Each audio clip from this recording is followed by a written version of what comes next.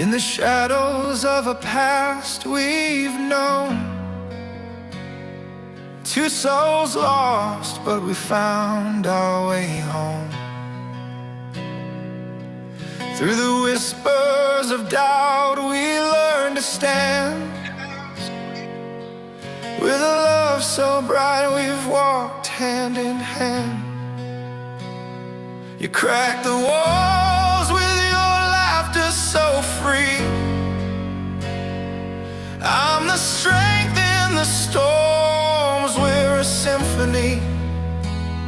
With every step we rise above the pain, breaking generational chains. We're born again. We're the fire lighting up the night. Together we shine, it's our hearts in flight. With notes to self, we're writing our song. In this world of chaos, we know where we belong. Oh, we're changing lives, breaking through the fear. A power couple, together we're here.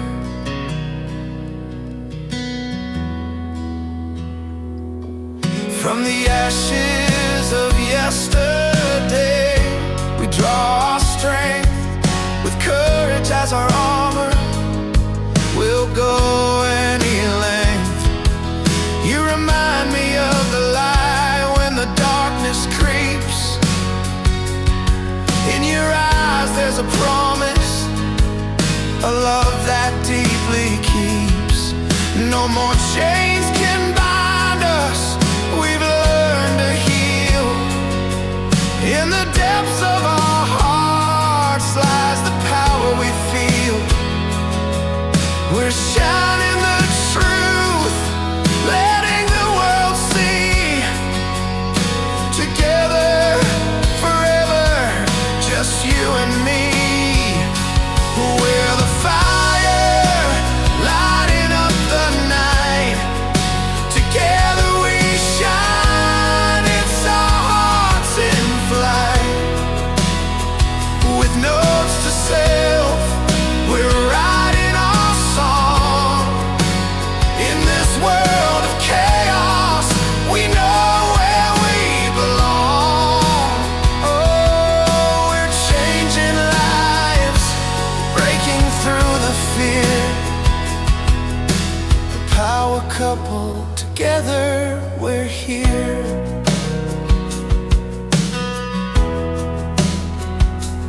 Through the storms we've weathered, we've lost and we've won.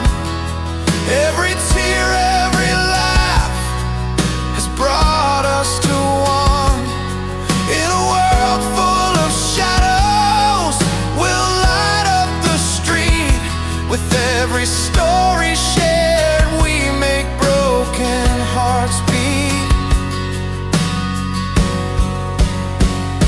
We're the fire, lighting up the night. Together we shine, it's our hearts in flight. With notes to self, we're writing our song. In this world of chaos, we know where we belong. Oh, we're changing lives, breaking through the fear. A power couple, together we're here. So let them whisper, let the doubts come and go. We're breaking free, and they'll see us grow. With love as our weapon, we'll carry the flame. In this dance of life, we'll never be the same. Together we're stronger, together we'll rise, writing our story beneath the vast skies.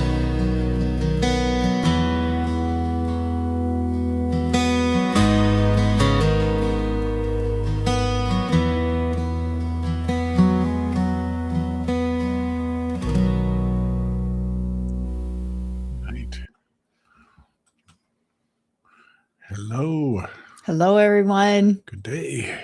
Get a chat up here. Guten Tag. How is everybody doing? I think that's what that is. Is that what it is? Yeah, I think so. Yeah. Good night from Germany. Or You don't know how to say remember. hello? Yeah, we are sorry we could not go live on Wednesday. We actually had a death in our family this week, and so we had Corey's mom staying here with us a little bit longer, and then we had the funeral yesterday, so we decided to go live today because we definitely like to go live and kind of keep connected with everybody at least once a week. So yeah, Guten Tag, somebody says. Okay. Yep. So we have like 3 screens behind us. So I got one, and because we're both blind and we're both deaf. And so I have a screen on my side. Corey's got a screen on his side. So if you ever see us like looking on side to side, that's why. But yeah, welcome everybody. Thank you guys. I really want to give a huge shout out to all of the members of our channel. We really appreciate you guys being members. It really helps support us. And especially over the last couple of months that our channel was flagged. So we really do appreciate that because our channel got flagged, and then we helping us to build back better. Hi, Brookie. We've got a niece on here. Oh, I love that. I love you too. She's one of my very favorites. She's just the cutest bug ever. So thank you for joining us. So yeah, I just wanted to thank you all. I see so many: Melissa, Shelly, Melinda, all of you guys. Thank you so much for being on here and being members. Callie, I'm going to try to go back here. We've got Rosa on here, who is one of our mods. So thank you, Rosa. And then Random Old Lady, thank you for being on here. Yes. Yeah, we really appreciate that. We figured, there is somebody on here from Germany. Corey's learning German right now with his Duolingo. And I'm trying to learn Spanish, and he's learning from German. Yep. And so yeah, so I'm weak. I'm learning some words, getting there. But I'm have to kind of read through it. So once I do my class in the evening, then I feel like I'm pretty good for a little bit. But yeah, there's definitely words that I recognize. Yeah, from my youth. How many nieces and nephews do you guys have? Oh my gosh, I wouldn't even have a clue. We're probably over 100. I'd say way more than that. It took me forever just to count our siblings. Our siblings. I don't honestly have no idea. It would be well into the hundreds, I would think. Mm-hmm. Oh, just my mom's grandchildren alone is 30, 40, something like that. Yeah. My grandmother, I'm one of 350 grandchildren. And then there's like 100 and something great grandchildren. And so there's a lot of us. So, but Brooke is one of my favorites. Mm-hmm. She's always been such a huge supporter. I've always absolutely adored you. In fact, I should connect with you again soon. I have questions for you. Yeah, so, Brooke, that's a good question. How many does just your dad's family have? Yeah, just her dad's. So yeah, Thanks. It's crazy.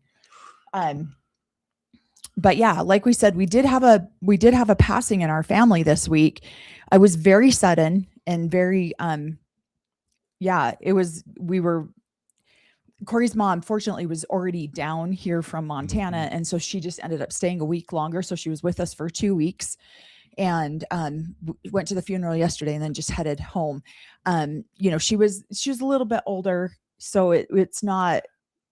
Anytime somebody passes, it's always tragic, but she was definitely a little bit older and had health issues and stuff. And the funeral was beautiful. And honestly, it did me some good because to go to the church building yesterday and she's very, very LDS. And it's Corey's side of the family that is very LDS. Have been very helpful, mm-hmm. helped me, so supportive, and helped me get out of the AUB. So yeah, I'm very appreciative of them. So. Yeah, as Corey transitioned from the AUB, especially because the way that you left the AUB was so like tragic. It felt very tragic for the whole family at the time. It was like he was kicked out, and it was just very it shook the whole family, broke the whole family to a core. And this is his side of the family that stepped in to help him make that transition. Yep. So really love them and really appreciate them. Yeah. So we have been, thank you. Mel always taking a moment to do her healing work. So we were going to come home yesterday and do a live yesterday, but then we decided that we needed a moment just to heal on our own. Cause I love it when Corey's mom comes and stays with us. She is wonderful. We've always gotten along very well. I very much appreciate her. So her staying here is never really an issue for us, but it's just extra energy in our house. And so it was just nice to come home. Our house was empty last night when we got home. We have a couple of nieces and nephews that rent from us, that live with us. And so it was just kind of nice just to have a quiet evening by ourselves. Yep. So we took a moment to decompress and take some breaths. But yeah, definitely we want to remind people to do your healing work. We've been having so much stuff come up for us lately. Don't you think? Yep. No. Ja, random old lady. I am learning my German. Yeah. Thank you guys so much. I see all the happy Mother's Day, and thank you all you mothers out there too, I was actually really sick on Mother's Day. I got a really bad sore throat. I clearly had some throat chakra issues going on that I was working through. I got really sick that weekend and had a fever. So we didn't really do anything for Mother's Day. My kids didn't come over because I didn't want to get anyone sick. We just kind of, we were at home and just kind of relaxed.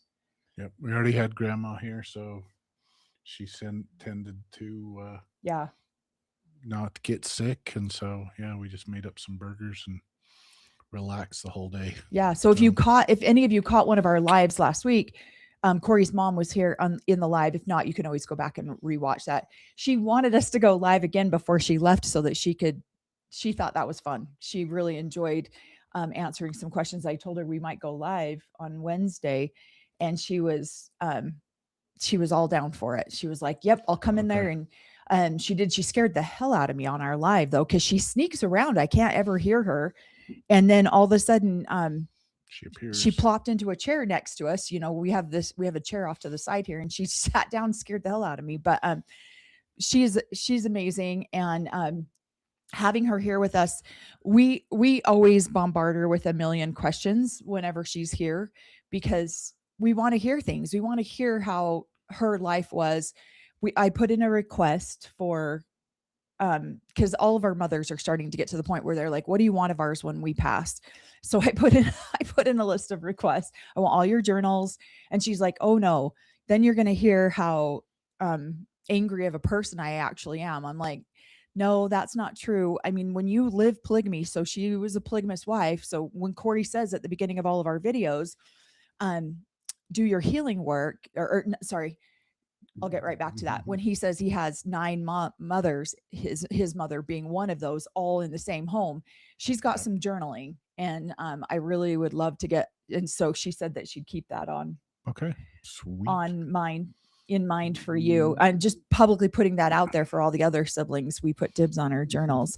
But what I love about Corey's mom is that when we say do your healing work, she is really truly the epitome of some of that, because she didn't really truly start healing, and hopefully she doesn't mind about me talking about her right now, but she really didn't start doing a lot of really deep internal healing till about 10 years ago, maybe 15 years ago.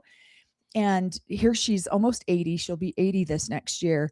And it's like, she's just like drinking it up. And she started with a book called Feelings Buried Alive, Never Die.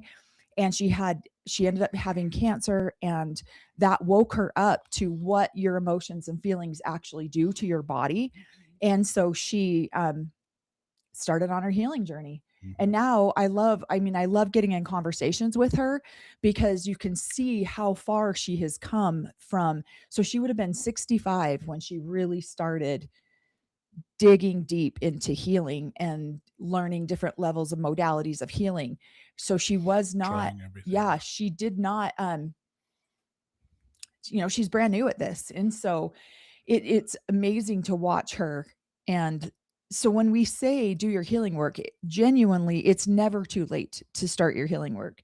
I think our chat's on, or our chat was on filtered. So I'm going to change that. Yeah. So she really genuinely is truly now she is a polygamous wife. She is part of the mentality, and she still does definitely believe in that. So there's still a lot of healing and work to be done, but you can tell how far she's come from just even from when I came into the family 26 years ago. She's so much more open-minded now than she ever has. But she didn't trust the leadership. No, not so she still has a belief system, I think, in the leadership that brought her into the AUB, but she feels like the modern leaders are as corrupt as ever. Yeah. So, yeah. And she was a huge... I'm not speaking for your mom. You probably can still get your temple recommend. Yeah, but I don't even think the way that they make you get a temple recommend now, she would probably not even get one. She's just she doesn't. And Rulin Allred, look them in the eye and say, "Yeah, I believe that you're a prophet." So Rulin Allred is the one who converted her into the AUB. Welcome, Katie. Thank you so much for being a member. We really appreciate it. So Rulin Allred is the one who converted her, and I think baptized her into the Allred group. We need to ask her that. Was she baptized into the Allred group? I don't know. I'm curious. Well, I don't think we've ever asked her that. I'm sure she was, but yep. Yeah. No, she actually, since somebody says she doesn't like Mel's dad, she actually loved my dad. A lot of people have.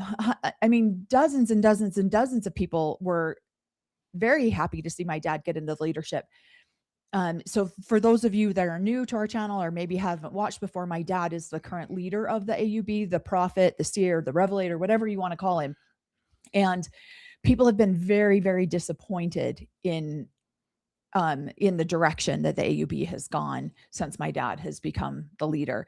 Everyone expected something different. My dad at the time was considered the most liberally viewed person in leadership. And so they just expected things to go, they thought things would go a lot differently. My dad's done tons of healing work, and so we just expected, like, everyone just thought things would be different. And he's turned out to be no different than most of the other leaders. And it's been very disappointing, to be honest. And so yeah, that is one of the hard parts about being in a cult, is that when the leadership changes, so many of the rules change too. And so when the rules change, that's when you get all of these splinters. And so the AUB has touted for years that they have over 10,000 members, but they have switched leadership.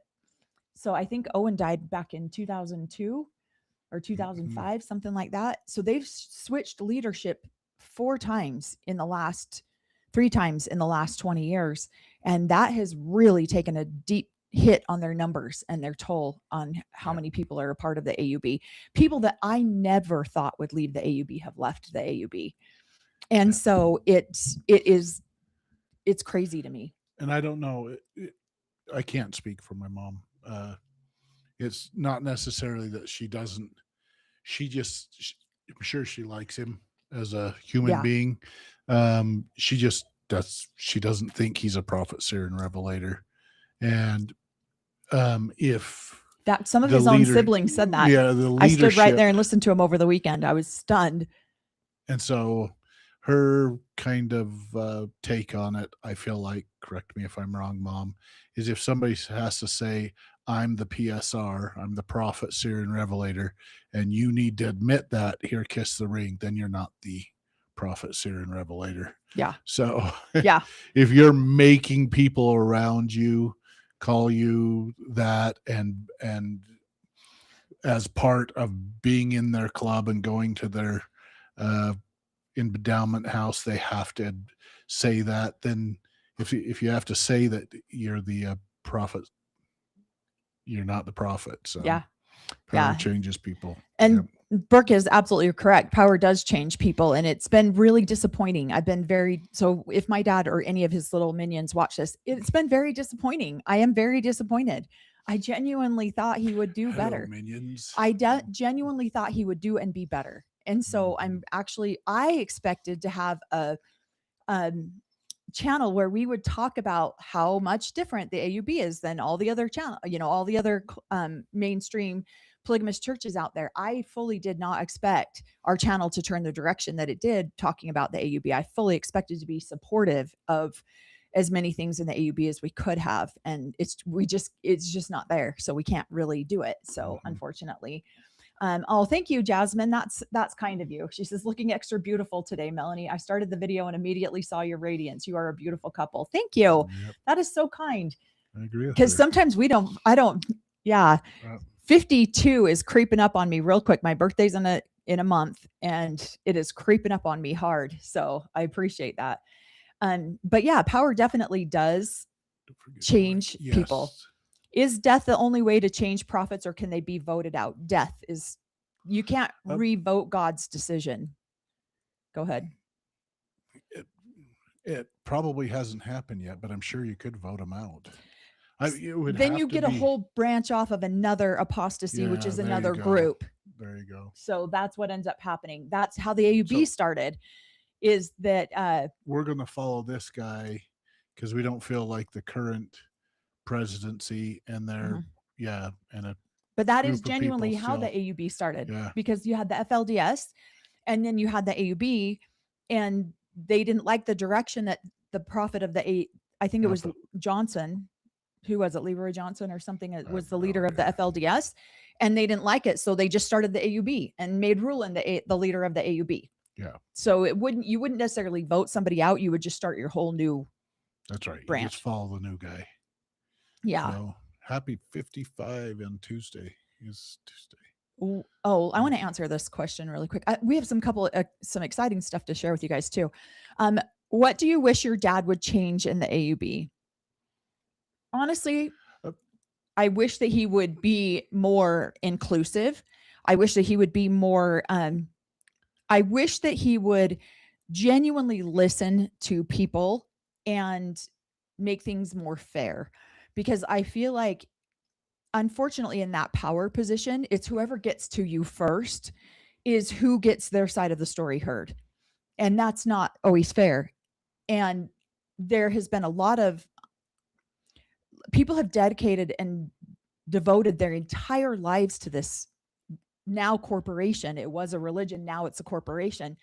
And they're losing their homes, and they're losing their land, and they're losing their wives to other men. And that's the one thing I wish my dad would come in there and clean that kind of bullshit up, I guess, if you will, and then have an integrity and give people what they have rightfully worked for.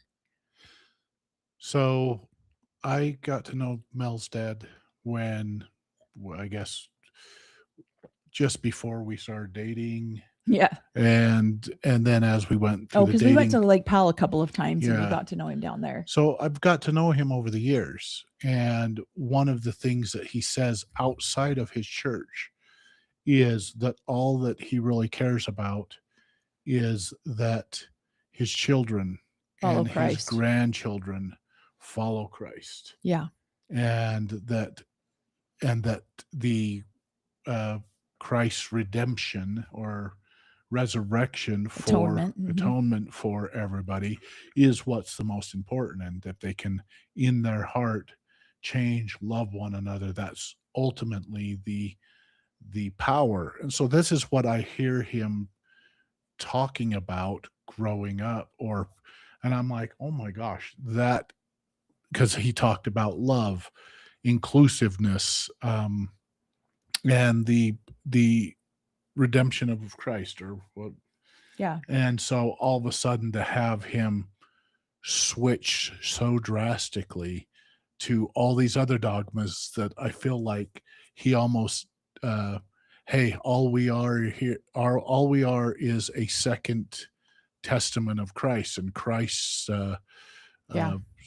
words are the most important, to love one another, to do all this stuff.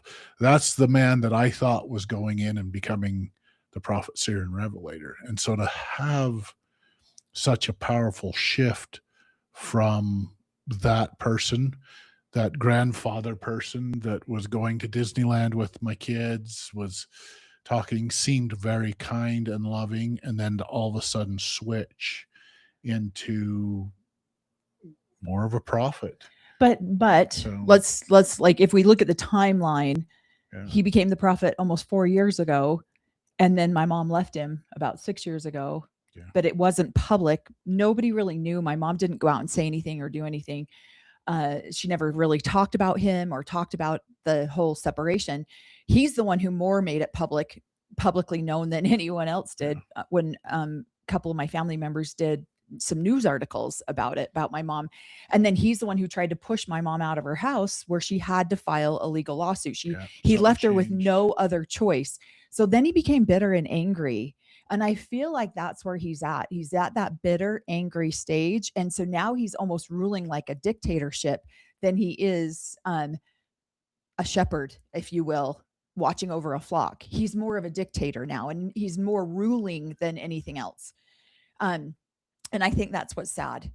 And that's one of the things that I wish that I would change, is I would have him rule with love. I wouldn't even have him rule. I would have him guide, or, be the kind grandfather, be the shepherd of his flock, that he instead of being a ruler and a dictator. And that's what I feel like he's turned into. And I'm really sad about that. Now, in that time frame that my mom has left and had to file a lawsuit, he also got remarried. And so she has not won yet. It's actually still in litigation right now. And he's dragging it out as long as he can. My mom's had a lot of pretty severe health issues. And so I think he's just hoping she dies before it can get resolved. And so it's been very sad. It's been very slow. It's very, but the biggest thing is, and I'm so proud of my mom for doing this, is she will not sign an NDA, because she wants other people to be able to use her lawsuit as precedents for their own, because what's the point in doing all this if other women can't benefit from it too? So she refuses the NDA, and that's where, that tends to hold things up. So she's still in those, in the fighting stages of it right now. And I know she's discouraged. She's getting frustrated. Some days she just wants to throw her hands up and just say, is this even worth it? Because it's just been a long time. And so, and thank you, or it's good to see you, Katie. Katie's on here. And then, he's a prophet. Integrity isn't necessary when your calling and elections are made sure. So in the Mormon religion, and there's a couple videos that just came out on this, and I want to watch them. I actually tagged them so we could watch them this weekend. We're going to have just a quiet weekend, just the two of us. It's going to be so nice. And because we had grandbabies spend the night Tuesday night, right? And there's a couple videos that just came out about the second anointings. So this comment is based around the second anointings. And Mormon doctrine teaches that you have your first anointings, which is where you go through the temple. You probably could explain this better than I can. No, you're doing great. And then my parents haven't had their second anointing. So. Yeah. And so then your first anointing is you go through the temple, you get your endowments, you get your garments that you wear. In the AUB, we've done this too. And so you all, sorry, that comment caught my brain. That was funny. That was a funny comment. And so then once you've made it past a certain degree, then you get to go and do what's called your second anointings. And the LDS Church this is all doctrine from the LDS Church. It's rumored that they still do this in the LDS Church, but a lot of members just are very unaware of it. In the AUB, you get what's called your second anointings, or another terminology for that is your calling and election made sure. It means basically there's nothing that you can do on this planet short of murder and adultery that ensures that you can't get back to heaven and can't get back to God. And if you are a prophet, even in the LDS Church, my understanding is that all of the leadership has done their second anointings. There's a room in the temple called the Holy of Holies. This is where the second anointings happen, from my understanding. And she would know. She's been in there or been in those temples. So yeah, my dad, when I went through the temple the very first time, he pointed out the Holy of Holies to me and said he couldn't wait for the day that I could go in there too. And when we went to Israel and we went through a bunch of different old temples, the Holy of Holies was the room that everyone always searched for. So yeah. Brooks, your comment got us both. It caught us both off guard. It's funny. So yeah, my dad is definitely trying to rule over your dad's kids. So yeah. Which one got you? I thought it was greetings from Planet 5. Oh, no, I was just reading Brooks' comment. Brooks said, I mean, he tries to do that with my dad's kids now. Yeah. And I don't think he's changed rules. He's just now enforcing all of the rules of the previous prophets that he, even at the time that the previous prophets were putting them in place, was going, yeah, those are too much. Yeah. Behind closed or behind in our house, he's like, yeah, they should allow people to have the illusion of free agency, and they're not. Right. So yeah, I agree with this. Hopefully my mom reads this one. Don't let that SOB get you down, Mom. You have thousands cheering you on. Yes, you do. Yeah, I hope my mom reads that one. I don't know. We haven't seen a lot or talked a lot with my mom recently, so we're just she's healing through some stuff. So I've had a lot of you guys ask me about that, and she's healing through some stuff, and we're just going to let her do that for a little bit, and hopefully eventually she handles whatever she needs to handle, and then we'll see where that goes from there. But yeah, it's definitely so I think it's interesting the way that these men change their thinking once they do get into power, and then things that they once thought were not okay are now all of a sudden mandatory. Like, how do you, as the prophet of the church, say, stay out of my bedroom, I'll have sex with my wife if I want to, I don't care if she's procreating, if we're procreating, if we're not procreating, we're practicing procreation, but you can't come to a church activity unless you pay 10% of all your income, unless you 20%. Kiss the ring and swear allegiance to me as the leader, unless you, like, all of these different rules and conditions. But I don't know. I just find it interesting which rules they enforce that you have to follow and which rules that they don't. And for those of you that are on the social media ring, there's a video came out recently. We haven't been able to watch the whole thing yet because we've been busy with that funeral. But Cody Brown gets on there and says something about he defines a cult as something that's easy to get into and hard to get out of. And his church was not easy to get into and was super easy to get out of. He just walked away. And I just have to laugh at that. And we'll go back. I do too, because it was simple. I was just born into it. Yeah. Yeah. It is not that hard to get into it. Difficult to get into. Well, if you're a woman, it's not that hard to get into. All you have to do is be a woman. You can bear children, and you're initiated. But so we're gonna watch that video this weekend, and then we'll do some commentary on it next week. And for those of you that haven't seen, we started watching Sister Wives again because we need some lighter comment. We need some lighter stuff. You need a laugh. Yeah, we need a good laugh here and there, and we just need to get some lighter stuff. And the first several seasons of Sister Wives, it's just light. It's light and airy, and we can talk about it. And there's not a lot of the heavy darkness around polygamy. And so we decided we're going to go back, and we will not be covering every single episode, but we will maybe a thing or two about every episode. We are going to torture ourselves and watch every episode. And that was fun because we watched a lot of it with Corey's mom here. And it's so hilarious to listen to her because with as much healing as she's done, she's still very, very stuck in her ideas of what is right and wrong. And so, which aren't we all, but it's just funny to watch them with her. Yeah. Thank you so much, Erin Ladd, for that super chat. She says, very interesting and so sad your mom has to go through it. It is. I'm very sad for my mom that she to go through the lawsuit. It has to go through the lawsuit. And then, and it's bringing up a lot of stuff for her. It's interesting because Cody makes the statement that if any of his wives ever wanted to leave, and they just talk out their ass. It's so full of. He would buy them a house right down the road, and so that he could see his kids, and he was going to be. That's a pickup line. Is seriously a pickup line for AUB men. We should make a list of all the pickup lines for polygamists. Because when it comes actually down to it, no, then you have to go through this lawsuit.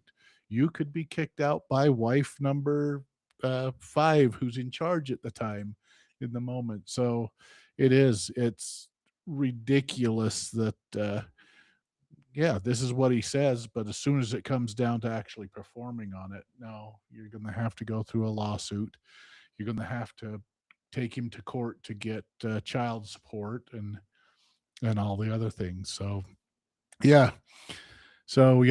lots of prophets sit there and tell new wives coming in that, oh yeah, if you ever needed to leave, all you have to do is leave, as he's arguing with his second wife on whether she can stay in her own house. On there. So meaning that his last wife is probably going to go, no, you know what, I'll just build my own, put it all in my own name, so you never have to have you met my wives? I don't have to be we're gonna make a top 10 pickup lines. The first one says, have you met my wives? That is awesome. Do the egg drop pickup lines. Do an egg drop pickup lines video. That would actually be very funny. We should do that. And because I feel like we can do. How many eggs Robin drops every time she hears something like that? But here's what's super embarrassing. I have a video of a home video of my ex-husband and I, and on one of, it's so embarrassing. Like I can't even watch it. Show it. I get so embarrassed of, we're on a courting outing or whatever with the girl that he was wanting to court. And I sound so stupid in this video. Like I'm so uneducated. First of all, I was very ignorant back then. I would have been 18 years old. I had my 1-year-old with me. So she would have been 16. I was 18 and he was 26. And we were at a high school activity and because she went to the AUB high school. I was a teacher at the AUB high school. So we were at an AUB high school activity. Teaching a sister wife? Yeah, it was very embarrassing. And I've got this video of him flirting with her flirting with him, and me making some like stupid pickup lines trying to help him court her. It's humiliating. It's one of those where it's so cringeworthy that it came on our TV and I was like, absolutely not, turn it off. Instantly. And I haven't gone back to watch it since because it's that cringeworthy.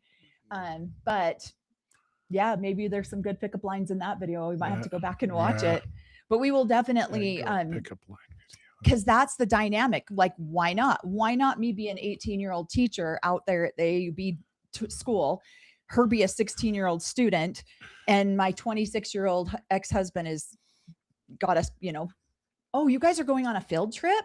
Oh, let me join your field trip and I'll help with the baby while I court this new girl.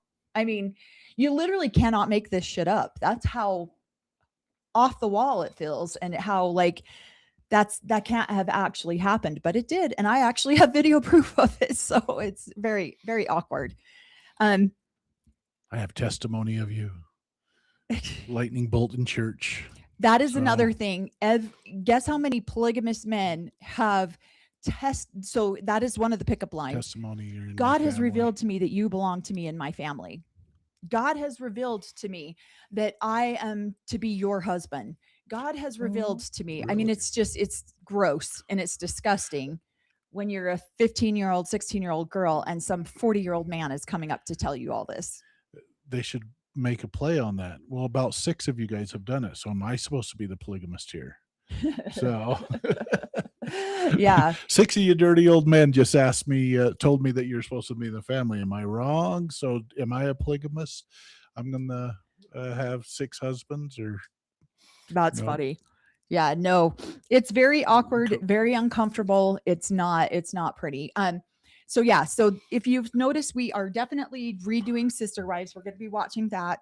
And then we are getting closer with Christine on doing, she's so funny because she says to me, well, why don't we come on your channel and then we'll interview you guys about your divorce? Because we haven't talked about that publicly yet. And I was like, really? You want to do that? So we'll see. We'll see I don't know what I don't think she's trying to start a channel, but we just talked about that the other night and I had to laugh about it. And I definitely have seasonal allergies. Sorry. Who did the electrical work in the AUB building? We can't say his name out loud, but okay.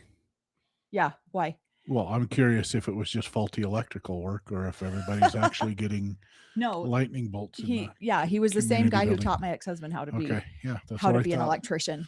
So I would argue that it could be faulty electricity. And that's why everyone keeps getting lightning bolts, static electricity. Yeah. So no, it's definitely funny. So hopefully we'll get on here pretty soon with Christine. I'm hoping that we're really a lot closer to doing that. I keep telling her I don't want to be pushy, but I just want to make sure that we stay on top of it.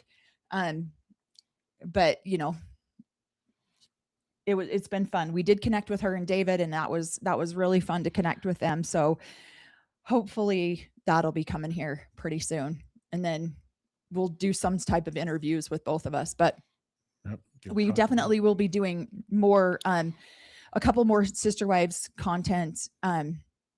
We'll probably pump out maybe 2 videos a week on that, I think, just until we can catch up. Cause I think season 21 starts in August. So I want to catch up a little bit so that we're doing that. It takes a lightning bolt to make eggs drop. It does. I think it's so disgusting. When my little sister was pregnant, I probably shouldn't tell other people's stories, but it's kind of my story too, because I was there. She was pregnant. She got pregnant with, she wasn't married. The guy was not part of the AUB. He was just some random guy that she had met, or boyfriend, or I don't know. And married man. What? And I got kicked out. I know, right? But a married man was interested in her and went to my grandfather to ask my grandpa about her, and then went to my dad and asked my dad about her. And of course he was told yes by both of them, because my dad wanted her to come back into the fold. And so here she is, like, in labor, and his wife is blowing up our house phone, calling way before we had cell phones. This is 35 years ago. And his wife is blowing up the phone because she wants to be in the delivery room so that they can have this connection as sister wives. And my sister's 17. She had just turned 18. She had the baby 3 weeks after she turned 18.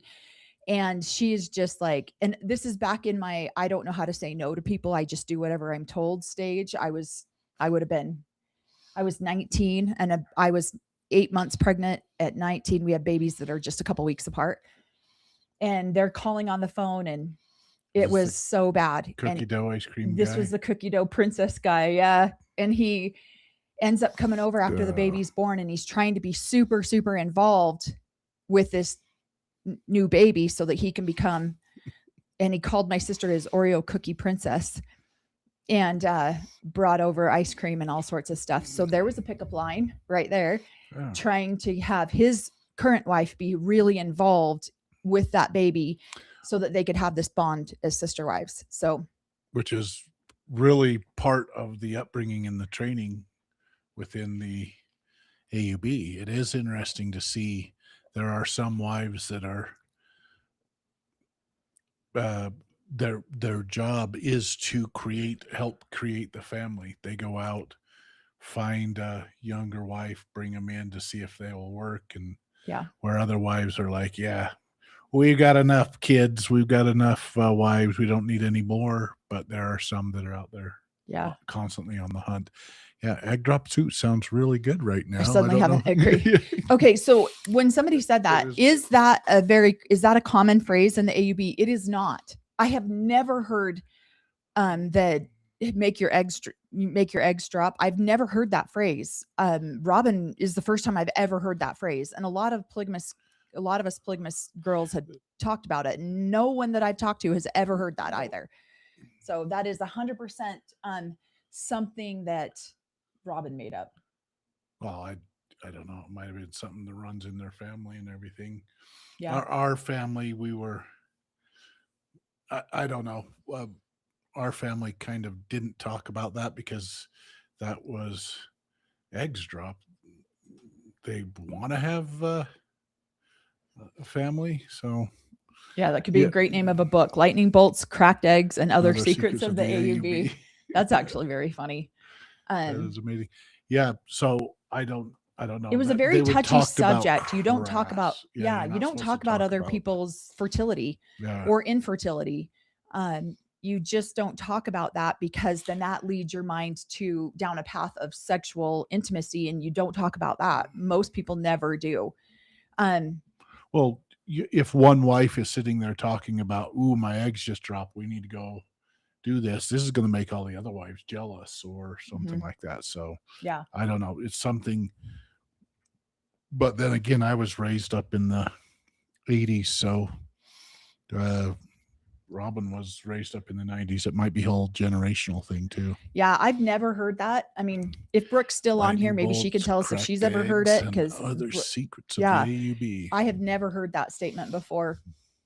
If Rosa, we've got a couple people from the AUB on here right now, maybe they can let us know. Somebody says, I really do like David. Every time I see him, I expected him to wipe out like Cody some way, but David is just a good guy. He really is. I appreciated getting to know him a little bit one-on-one, and I think he is. I've really appreciated him as a man. I think that he is purposeful in some of the things that he does, and he goes into things knowing that he is in a position now of being married to Christine, so he has somewhat of a responsibility to those kids, and I appreciate watching him with that. Rosa says, I was raised in the 90s in the same community. Yeah. And no, it's totally just a her thing. I've never heard that in my life before the show. Yeah. So Rosa's close with some of Robin's family. Yeah. And yeah, none of us have ever heard of that phrase. That's 100% a Robin thing. No, somebody says, I know what I'm having for dinner. So, some scrambled eggs. Yeah. I was always so surprised they didn't talk more about it on Sister Wives. I wonder if it's the dangerous topics. I think we're still talking about the eggs or fertile. But yeah. Oh, Brooke says she's heard it a few times. You have? I have never heard that. Never heard that statement until she said that. That's interesting. Let's see. But really, one of the things that makes a man attractive to me is their love of family, not other families, but one with me. That was real.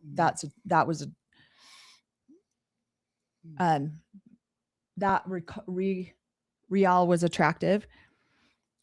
So yeah, I agree with you. I think it is very attractive when a man loves his family, but it's hard when it's another man loving that family. Yeah. Let's see. What? Janet Bailey. What? Let's see. Did you get too sassy, Janet Bailey? I didn't. Maybe I missed the too much sass. Pretty sure Robin's chickens are dead at this point in her life. They probably are. Let's see. I'm going to try to get to another comment here. Sorry, my phone was blowing up there for a minute too. She's only working on spirit babies right now. So. Oh my gosh.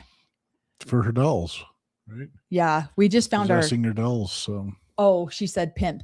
No, that's not an offensive comment, because it is like pimping out your wives. So the episode that we just watched, or your granddaughters. Yeah, or my grandfather. Yeah. My grandfather pimped out his granddaughters all the time. That is actually a thing. My grandfather used to do that a lot. And I know of several other men in the AUB who used to let other men try out their daughters before they committed to them. And so my grandfather used to try to do that with his granddaughters too. He'd be like, I have 200 granddaughters. You can come in and have your pick. And he used to try to pimp us all out. I didn't experience that as much as some of the other girls did, because I got married a couple days after my 17th birthday, and I'm the second oldest granddaughter. So I didn't experience it to the severity that some of my other cousins and siblings did. And they would probably even argue, but it was bartering. They were, there was, you're supposed to ask permission. You're supposed to I mean, if you come in, looks like you can take care of a family, could help out their family, there's usually a bartering or a conversation that goes on. Yeah. So if they don't feel like, if those parents don't feel like that's even a option, even if the girl's interested, that's like an absolute no. Go on your way. So Rosa says, "Oh, I believe you about your grandpa." Yeah, it was really bad. He was very, very bad about it, and he was not shy at all about it, and he felt like for some reason he had the right to do that. He had the right to say, yeah, have your pick of all my granddaughters. And unfortunately, that is something that a lot of men in these communities do, because again, women are property and you belong to your father, or in this case, your grandfather, until you belong to your husband. And you don't always get your own opinion. Oh, well, a lot of the nowadays, a lot of your family, it would be, they'd have to first go to the grandfather, who would be your dad, who's the prophet, get his permission, then go to the father. Right. So yeah, you're going to many different people. Right. Wanted to get to this comment too. Do you think Robin's family, who know right, ever try to counsel her to be nicer, for example, the money, or send Christmas gifts, etc.? I'm curious about that myself. Because everybody has a different opinion about what is nice and what's not nice. And unfortunately, there's like a whole different set of rules when you're a woman in polygamy than there are when you're not, when you're outside of polygamy. Again, I don't know very many nice women in polygamy. I really don't, unfortunately. It's one of those where it's a dog eat dog world. It's, if I don't look out after myself, no one else is going to look out after me. It's, yeah, you cut the legs out from somebody else before they cut them out from you, from under you. It is, I did not have a very good experience with women being kind to each other. And so when I left the polygamous group and I went straight into the Mormon church, and people were just genuinely nice to me just to be nice, I didn't understand that. It made no sense to me. It was like, what do you want? Why are you being nice? I genuinely did not understand people being kind just to be kind. And then I meet people like Tanya Toole. Sorry, I got to stop saying Toole. Tanya Toole. She is the founder of Holding Out Help, and she is just genuinely one of the best humans I've ever met.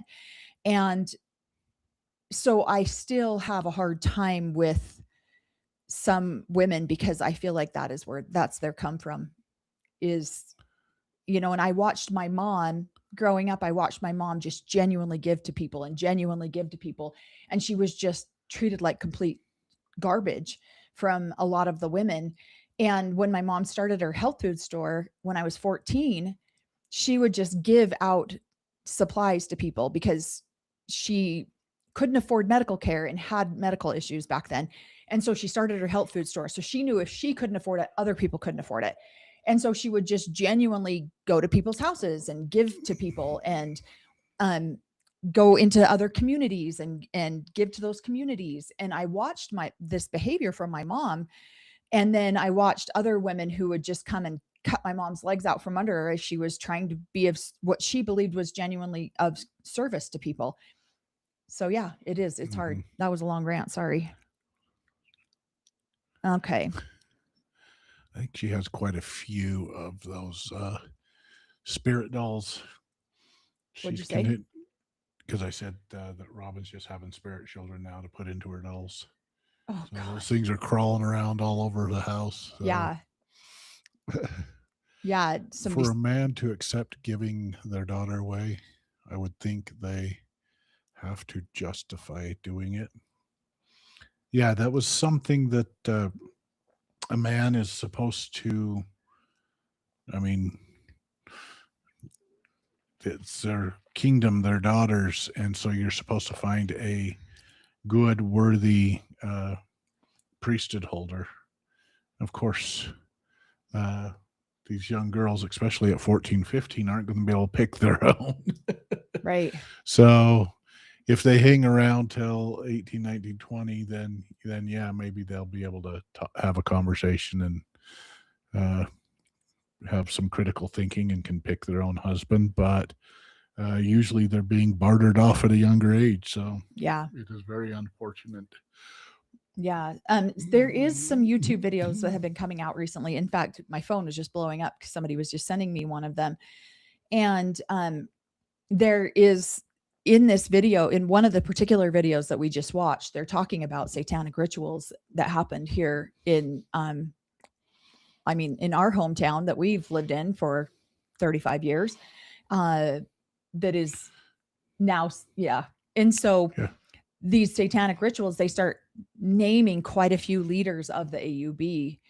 And I have personally spoken to some of their daughters, and they were sex trafficked. They absolutely were. There's no question about it.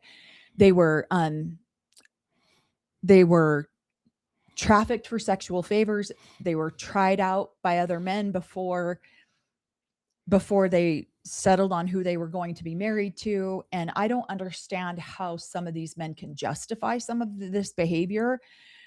But even just talking to Corey's mom over the weekend, and she's nowhere near any of that, but she believes so deeply in some of these men that it's like they can do no wrong. So even if they are doing these behaviors, then they had a really good reason for it. And it's up to the Lord to decide. It's scary. It's scary to listen to some of the programming still. Well, you say Satan worshipers. Satanic rituals. Oh, satanic rituals. So one man's satanic rituals, another man's oaths and covenants within their building. So right. A lot of everything kind of comes from around the same teachings. And yeah, so it's funny that one group of people will point at another group of people with their rituals and say, well, that one's satanic and this one's righteous. And yeah, so it's interesting. Right. So, I wanted to get to this one too. Maybe they're all satanic. Okay. For a lot of girls, they choose or go along because it's one of the only valid ways for them to get out of their parents' home and have some freedom. Well, and if it's not safe to say no, is it really a choice? When you're forced into a yes because it's not safe to say no. It's an escape too. So you don't know what you're escaping from the frying pan into the fire. You just don't know what you're going to get. So yeah, you grow up raising kids, might as well raise your own. So right. And this is true. They perceive it as their choice at the time, but don't really have enough information or perspective to make a critical choice in it. Exactly. Honestly, when I got married, I thought if you would have asked me back then, was I forced into getting married? I would have said absolutely no, but I was married a couple days into 17, and that I felt like really that was my only option. When females are nothing but, and she corrects it. Yeah, brood mares. Brood mares. It really is. Pretty much anything. That goes. Is the teaching too. That's the one of the core teachings. You are basically you are the creators of God's kingdom. You are going to be having holy men and prophets, seers and revelators coming through your bloodline. These are all the things that you are taught as a young lady, a young girl within the community. That is truly the most the best thing that could ever happen for you. And so they're excited about becoming mothers, getting into motherhood. It's just constantly pounded in their head from being a little tiny kid that the shiniest jewel you could be is a mother. Yeah. And so you should have as many kids as possible.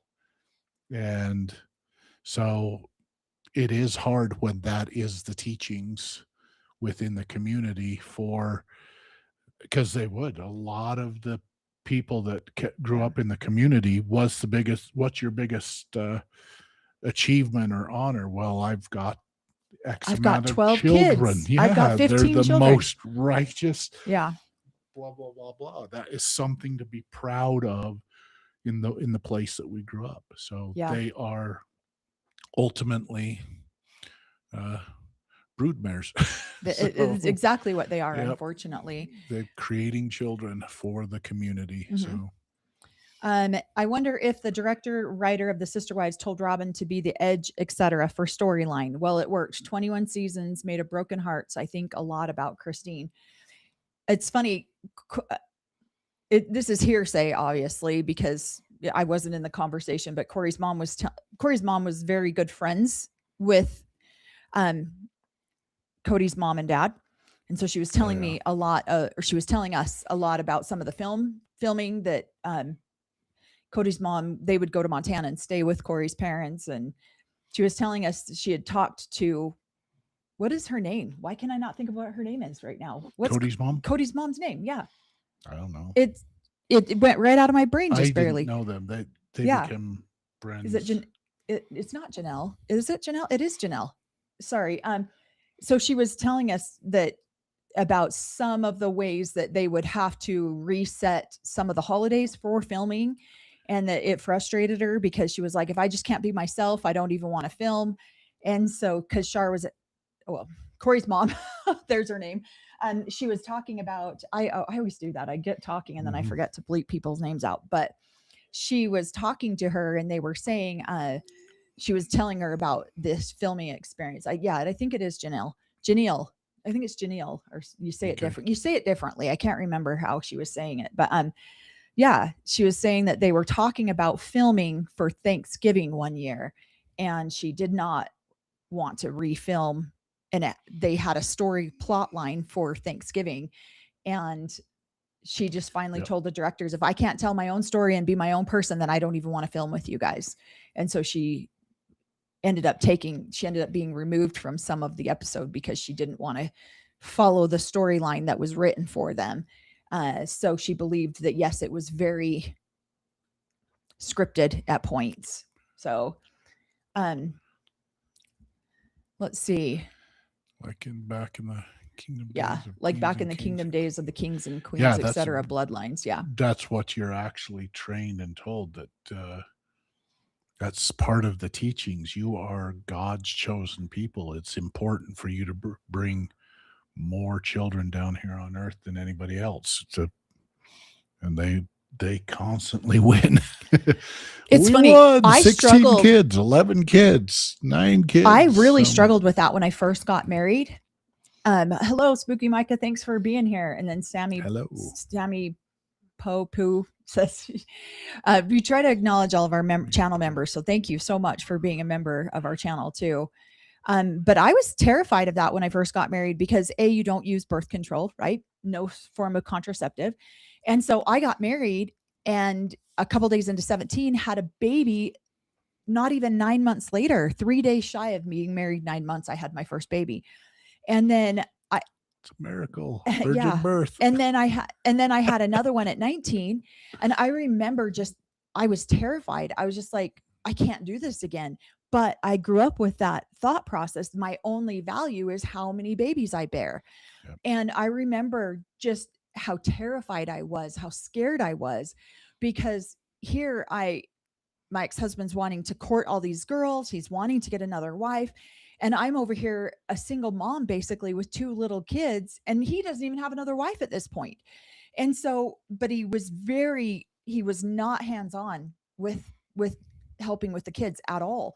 And I was so scared because my value was having children. So what value do I have if I don't want to have any more children? And that's really where I had to have a coming to Jesus with myself almost during that time frame, because I was terrified of not being able to fulfill my mission. And what Corey had just said, when you're a teenager, you're given what's called a patriarchal blessing. And in my patriarchal blessing, I was told that I would have a lot of prophets and holy men that would come through me. And here I'm 2 kids in, and I don't want any more children. And that's really where I had to have a very like hard conversations with myself. Like, what am I going to do now? How am I going to proceed if I have no value? Because I'm not fulfilling my patriarchal duty, my patriarchal blessing. And then B, I'm not spilling out a dozen children. But it was hard. Having my own children was so much harder than mothering my mother's children. So I was terrified. It was a hard decision that I had to come to. It wasn't an easy, I'm just not going to have any more kids. Like my whole salvation identity hinged on that. Well, and we're taught too that you've made agreements with so many spirits up in heaven. Yeah. And are you going to deny those spirits now? Guess how many times I was told that. You're selfish. And I'm like, yep, I will deny those spirits. Yeah. So sorry, buddy, go through somebody else's bloodline, because I think my parents lied to me. I'm only having I was literally told those exact words. You made a covenant and a promise to all of these souls up in heaven. What if you leave some behind? And there's a show that's put out by the LDS Church called Saturday's Warrior. You can Google it. I'm sure that it's on YouTube somewhere. It's a guilt trip. We loved the show growing up. I loved the show growing up. I loved the music to it growing up. You wanted to get good enough to be able to play in the local churches. Rendering of Saturday's Warriors. You wanted to be either a bad guy or a good guy. So they be able to sing. The AUB did the Saturday's Warrior play. Woo the ladies. But it's literally one of the deepest guilt trip shows you will ever see about bearing children, about having children. And because the oldest child is all angry because the parents keep having kids that they can't afford. And then the youngest child is up in heaven begging him to change his mind and to support the parents in having more children. And he's over here being angry, and he goes out into the world and ends up doing drugs and drinking or whatever it was, because now he's lost his way because he's angry with his parents for having children. And this little girl's up in heaven begging him to come and find his way again so that she can be born. And so it is, I understand the intention was to make sure you have those spirit babies, but the guilt trip that put on young women like me is astronomically, it blows my mind. Katie says Saturday's Warrior was my absolute favorite. Saturday's Warrior was a classic. I think I played in the production of one at one point. It was so cringe. It's a good pickup line too. Yeah, don't be a Timmy. I won't be a Timmy for you. Jimmy. His name was Jimmy. Oh, Jimmy. The oldest name was Jimmy, and the little girl's name was, I can't remember, but let's have as many kids as possible, baby. Yeah. So, and it's really tragic because that's the guilt trip. And so I remember having this conflict inside of my brain, which was another reason I tried to choose out of life when I was 20, because I didn't feel like I had a lot of other options. And so there is I think a lot of people want to, eternal damnation because you took your own life is better than what you're trying to do here. So, yes, this question, Mel, you were supposed to be in the kitchen barefoot and pregnant. He actually wanted me to go back to work. Barefoot, pregnant, and obedient. And apparently it worked in her first marriage. I'm not barefoot, pregnant, or obedient anymore, unfortunately. Yep. Oh, birth lots of children, work till you drop, and never ever have fun. Sounds like a blast. This life is not about having fun. This life, we were grown up, we were raised to be taught this life was about creating family units and eternal family units. That's what this life was about, because what you bind on earth is bound in heaven. So we all come in here, we're all individual souls, we all come down, we create these families, and now we're bound together for all of eternity. That's the whole point of this existence, is to create these family units, so that at the discretion of the leadership, they can break those family units apart and take your family and your children from you. It makes no sense whatsoever. It's such a contradictory thing. It's like family units. That's the whole point of this. It's not here to have fun. You can enjoy yourself and have joy in the next life. This life is all about the toiling and the working and the making sure that you do your responsibilities, and then you find joy in the next life. Yeah.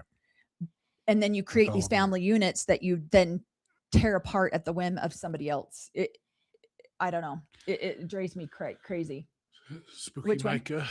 Is there a certain amount of kids needed for salvation of a family, or just wives? Just wives that I'm aware of. But it's so interesting it is weird because there's like an average within our family. There was an average 5, 6, 7 kids from my mom always wanted 13. Yeah. And so what you'll see is, as I've talked to other people, well, how many kids are you going to have? Well, my mom had 13. I should do 12. I want to beat her by 1 or something like that. And you're just like, what the heck? And so it is interesting because then they compare themselves to, well, my mother brought on 7, so I'm going to go try for 8. Or my mother did this, so I'm going to, and there are some women that, okay, well, I had 16 kids, and it's like, no, nobody's beating you. you won the lottery. Yeah, so you got the high score. I'll do half of that. So it's interesting because as you do talk to different, it's just that they get well, I feel like that I said that I was going to bring in 6 or 7 or something like that. And so they have a connection, they pick out names, and it's usually very comparable to what their mothers had. Yeah. So my mom had my dad's most children. She wanted 13. She ended up having 11, but quite a few failed pregnancies too. And then my older siblings from the first wife, when she divorced my dad and left, my mom claims them too. So she claims those 13. But my mom had my dad's most amount of children. I think the next wife had 10, maybe 9. So my mom has had my dad's most amount of children out of all of the wives. But we know women. Yeah. So my mom's 6 feet. Her hair's always been 4.5 feet long. It's always been way past her bum. So she always had the most beautiful hair and all of the children. And she had 7 girls, 4 boys and 7 girls. So my mom my mom was winning the whole contest there because she was having all the girls and she was having all the hair and all the children.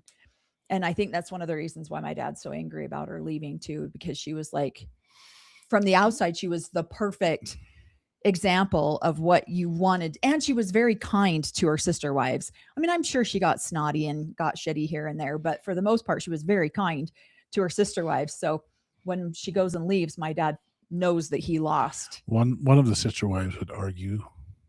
So which one? Oh, yeah. What do you... Yeah, I agree with you on this one, Janet. She says, I do not know how they twisted scripture into believing that there are a specific, Larry, sorry, it jumped. Spirit of wells. Scripture into believing there are spirits waiting to be born. I don't know, but the LDS Church did it, and they've done a good job at it. Spirit of souls, yeah, or something. You made an agreement with certain amount of spirit children to bring them down prior to. Yeah. And I'm like, no, I haven't. You can't lie to me. So yeah. And we were told that all the time. Mm-hmm. You made a commitment. What if there's extra babies up there? So I'm curious when we get to that season of Sister Wives, because I have not seen those episodes, but I've seen little clips of it where Robin's like, Cody, I want to have other kids. I want to have more kids, but I need more help. Like you gotta she's super manipulative about the way she's supposed to have more children. And we have not seen those episodes, but just the little clips that we have seen, I'm like, oh, this is going to be fun to talk about because it feels so super manipulative. And I feel like a lot of women do that. They manipulate the situation to have more intimacy with their husbands, more nights alone with their husbands because, I'm ovulating. This is when I can get pregnant. So there's a ton of manipulation with women around conception of children. So, so I'm curious to get to those seasons and those episodes and see just Point out how the manipulative Robin is around the conception of the children. Let's see. So in other words, your mother was a Christine. Absolutely. In fact, a lot of the kids didn't even know that my mom had left my dad for a long, long time. But they've, as far as I understand, all of the kids have been very supportive of my mother. They've gone over there to support her.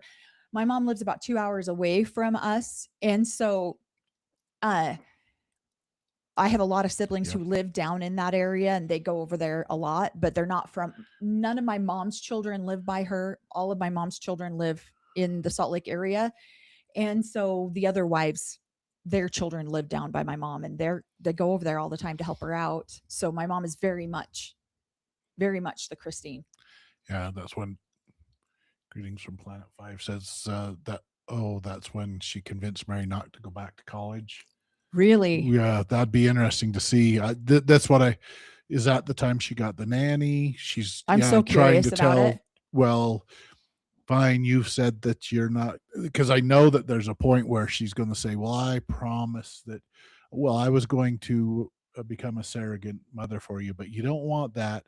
So I'm going to need your help taking care of the kids under my rules and regulations. And okay, you're not living up to the good sister wife standard. I got to get a nanny. So yeah, I'm very curious about it too. Excited to see it all. Yeah.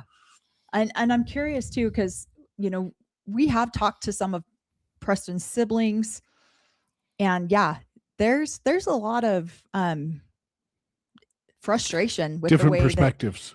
Different. Like, I want to be careful about what I say, but there's a lot of different perspectives of how Robin handled things on camera. And I am curious too. Like, I don't like asking gotcha questions, but I am 100% asking Christine some of these types of questions. Like, what'd you think of the 11-day honeymoon? Like, I'm 100% going to ask her some of these. I'm going to clear some of the questions with her first, because I don't want her to feel like I'm asking gotcha questions. But I want to know genuinely what she thought about some of that kind of stuff. So, where did the tall DNA come from? Where did the tall? Where are you saying that one? The Anunnaki. Where are you saying? I'll bring in a whole different religion. Where did the tall DNA come from? Yeah, our son is almost 6'10" now. I'm the runt. I'm 6'2". I'm the runt in my family. My dad's 6'8". My mom's 6 feet. So I'm 6'2". And our son is almost, and my sister has a son who's 7 feet tall now. It's crazy. My son was always one of the tallest at 6'9". I have a brother who's 6'9". And my son was and he's Hispanic, which Hispanic culture, they don't tend to get that tall. And so for him, my oldest is 6'6", 6'7"-ish. And then my next one is 6'9", and then ours together is almost 6'10". So it's crazy. Oh, thank you for becoming a member, Lamb 59. We appreciate that. We really do. It's probably, your Anunnaki. I'm sure she's part alien. Yeah, our daughter is almost 6'3". Yeah. She's just a little bit taller than me. And then my Hispanic daughter, I know I'm going to get a ton of feedback about this, but she's only 5'11". So she's my only child not to break 6 feet. But yeah, I definitely want to ask Christine some of these. I want to ask her about the engagement photo on top of the convertible. And then I want to ask her about the 11-day honeymoon. Those are the two things I really want to make sure that I get her, get her questions on. Lamb 59 says, I'm back. LOL, I missed you guys. Yeah, so many of you guys. So we just did that episode on Sister Wives. So many of the comments are saying, we thought you guys quit doing, we haven't been getting notifications. So for those of you that were possibly unaware, our channel got demonetized and then suppressed. And haters are going to hate. They're going to report our channel. We got a bunch of, we got the Lord's anointed people were trying to take us down. So we fought back. We appealed through YouTube, and we were able to, YouTube reinstated everything, and which is good now, because now that it's been manually approved, they won't go back and do it again. But yeah, so we've been losing a ton of viewership, and we didn't understand what was happening because we're so ignorant to some of. We've got to educate ourselves more about the online process. So we were ignorant. We were just thinking that maybe people just didn't want to hear what we had to say anymore. Yeah, we're doing it through the scriptures, like we're having our feet dusted off or our shoes dusted off by the prophets and being sent out amongst the Gentiles and the buffetings of Satan. So we're like, this is great. We're cruising up. And then all of a sudden they had to come back and say, yeah, we couldn't hang out with Satan or his buffetings anymore. And so they started suppressing trying to probably bring us back. So I don't know. Scripturally, something worked that way. Well, and so we kind of pulled back a little bit from even making videos because we were like, what is happening? And then we went to a couple of family get-togethers, and it has been brutal. Like, the people that I never expected to be total, some of our siblings that I've never expected, like, they've never even been a part of the AUB. And here we are speaking about this. They still don't even want to be a part of the AUB, but they just don't like us talking about it. And they didn't have these experiences growing up. And so we got a ton of really severe pushback for a couple of months. But yeah, it's definitely, it made us pause and just talk about whether we really even wanted to continue doing this. Okay, Bulldog Acting says, I feel sad asking this, but do polygamous women have a shorter lifespan than the average American woman? Having 13 babies is incredibly taxing on the body. I would not, because they live more of an organic lifestyle, at least back in the day, a lot of the women went into were living into their 90s easily. Now I think that they're passing a little bit sooner in their 70s more, but I think it's actually, I don't know. I don't feel like they're passing any sooner because the food that they eat is so much more, like, I don't know. And that's so hard to group that together because I would say in Montana, they live a lot longer. They have a lot healthier food supply than we do down here in Utah. But I think that has a lot to do with the lifespan. Like, one of the matriarchs in Montana, I think she lived up to almost 100. Your brother-in-law's mom, but I can't remember how old she was when she passed. So Rosa says, I actually don't know. It seems to be about average, but having a lot of kids is hard on a woman. I feel like there's definitely more mental health issues. That's what I would agree with Rosa. There's a lot more mental health and emotional struggles with these women than there is physical. It seems like the husbands are dying quicker. They're like, get me the hell out of here. Because there are some that seem to die at a younger age, and then their wives are recycled back into there are quite a few of polygamous men that die in their 50s. 40s, 50s, and then a group of wives are recycled back into the AUB. It's weird. A lot of them are work or stuff like that, work-related injuries or things like that. So no, and I agree. I feel like the men die a lot, and most of the women, it's like they have to work so hard that their overall body, like, you're outside, you're working, you're gardening, you're growing your own food, you're doing your, a lot more than what an average. I mean, I don't know. Here's my mom. She's 71, and my mom has worked her ass off her entire life. She's always had 2 or 3 jobs. She's always had, I don't know. She's been a hard worker. My mom's 80. Yeah, your mom's about to turn 80. 81. Oh, Zachariah Stitchin has great books about the Anunnaki. I don't know that much about it, Corey. She doesn't. Yeah, I'm the nerd. I like reading all the original stories of different other versions of scripture and things like that. So I've really enjoyed the Anunnaki, a lot of the Anunnaki experience too. So no, I'm just starting to learn some of this stuff. I have not. Corey's mom is pushing 80. She'll be 80 in a few months. And what's funny about her is she's so hilarious because she will not, like, I just have a walker that I keep here at the house for my mom. It's just like something just to help them, right? And she refuses to use it because she's just like, nope, if I start becoming dependent on something, I'm going to lose the mobility that I already have. And so she's slow, but she is just like absolutely adamant that she's not going to do it. Thank you so much for that super chat, Sunflower. I don't know if there was supposed to be like a question or comment with it. Because I don't see one, but if there is, let me know and we'll make sure we get that for you. Let's get this one too. Mental health can cause an insane amount of stress on the body. So I think it's the longevity has more to do with nutrition because they're so organic. Yeah. And I would agree with that. We really do.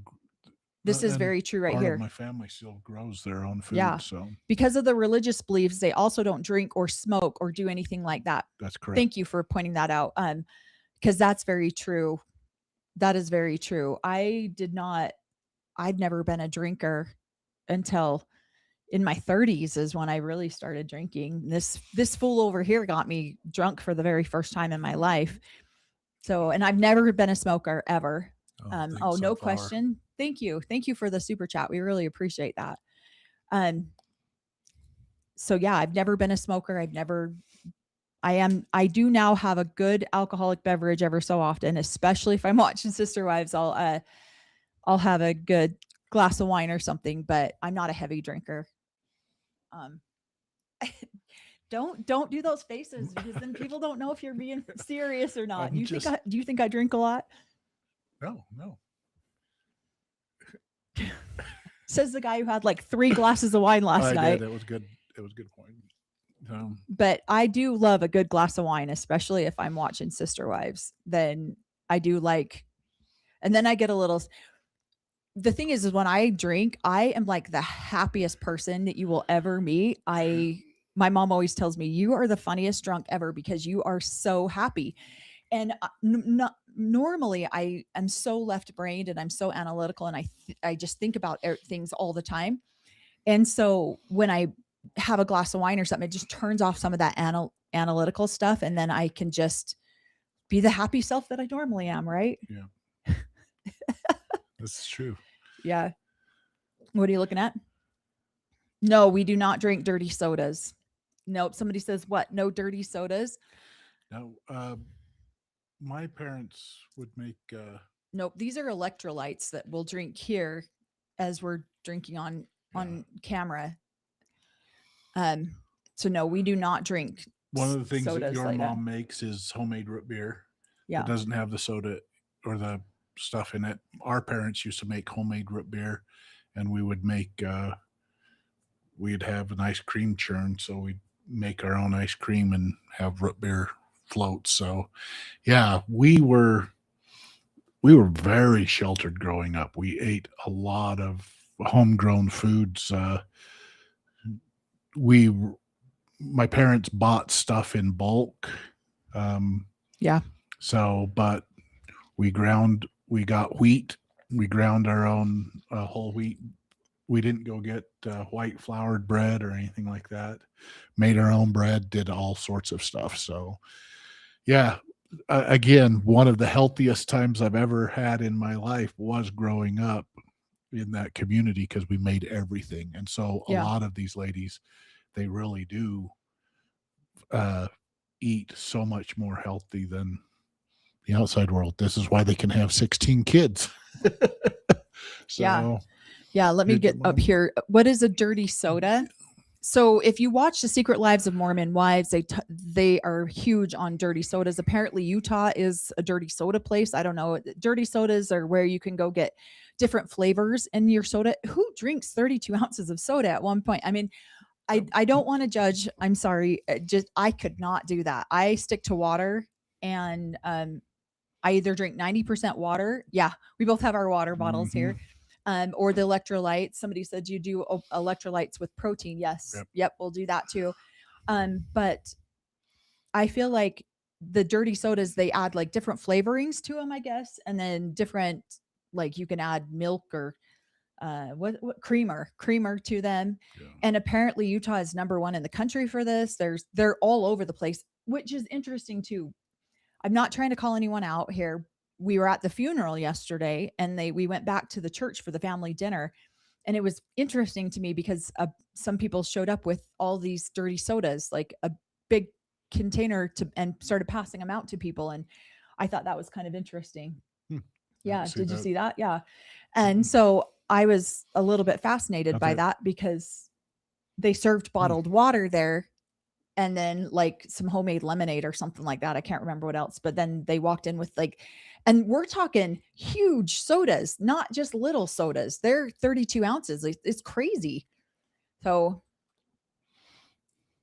Corey, did your mom and her sister wives get along? On Thursdays. When they had to, they were going to Relief Society. So they had to put on a good show. So yeah, they got along on Thursdays most of the time. So when they all had to go to a church activity together. Yeah. When Dad sent them all to go to Relief Society together, those are the days that they got along, or at least put on the show that they were getting along. So yeah, sometimes some of the, there were 9 of them living in the same house. So it depended on what week it was, who you're going to bond with this week, who you're going to fight with. Yeah. Did they always get along? No. Did some of them get along at some times against other ones? Yes. There was factions. It was cool. Factions. Yeah. Yeah. It's funny to listen to her talk. Okay. Cause we watched Sister Wives with her, and then we filmed our episode. She sat in here and listened to us as we filmed the episode. We did the 27 rules of celestial marriage, and we were at the parenting part with the children, and she's sitting in here listening to us as we're filming. And that made it really hard, because I felt like you were not as snarky as you normally are. No, I was not. Because you were like afraid she was going to hit you or something, like backhand him. And so he wasn't as snarky as he normally would have been, because she was sitting right here. But what's interesting to me is that you get her going, and she is very, very, very strongly opinionated about the proper way to do things, and the proper way to, even at the graveside, she was very opinionated that the grave was not, in the Mormon religion, they will dedicate the grave so that it becomes a holy ground, and they say a blessing and a prayer over the grave spot. And they did not do it properly. And she was very confused about that. And I had to laugh. I had to laugh so hard about it. Because the words were said, but the symbols weren't. The symbols. Flashed. Yeah. And you're supposed to do the symbols and the signs and the tokens and whatever over the graveside. And they were not done properly. And so she was very concerned about that, and which cracked me up a little bit. But she's very strongly opinionated when it comes to sister wives. And so she was going off about something, and I just sat there like, wow, okay. And then we got in the car and we were talking about it. And in our opinion, in this particular episode, the question was asked, it was a Q&A, and the question was asked if Cody would get another wife. And Robin said, you better not get another wife, especially if I don't know about it, because Robin knows how she courted Cody, and it was inappropriate. And what were we going to say? No, that's exactly right, because she was frustrated that she knew how she came in. She knew Mary was the one that pushed her or connected with her coming in, and the other 2 wives weren't really involved or privy to it until it became necessary to have them privy to it. And so which now I'm sorry, if someone is dating your husband, it's your freaking business. You should be you should know that from day one. And now she's having Cody's kids, and she knows Mary might be out looking for another wife. And so Robin, she's just letting Mary know that she will be letting her know before they're inviting any other wives in. She wants to be included in that. And so Corey's mom has very strong opinions about how this is supposed to go down. And in the way that I was always taught growing up, we'll explain it, is that all of the wives are supposed to know about it and be in agreement with it. Now that never happens. Never. I don't know any situation that has all the wives have been in agreement with it. They've been strong-armed into, and no is not an option. So the only other option is yes. But in the religion, we talked about this before, there's what's called the law of Sarah. So the last wife has to give the new wife to the husband. They literally take the new wife's hand and the husband's hand and they join it together over an altar. That's literally the process.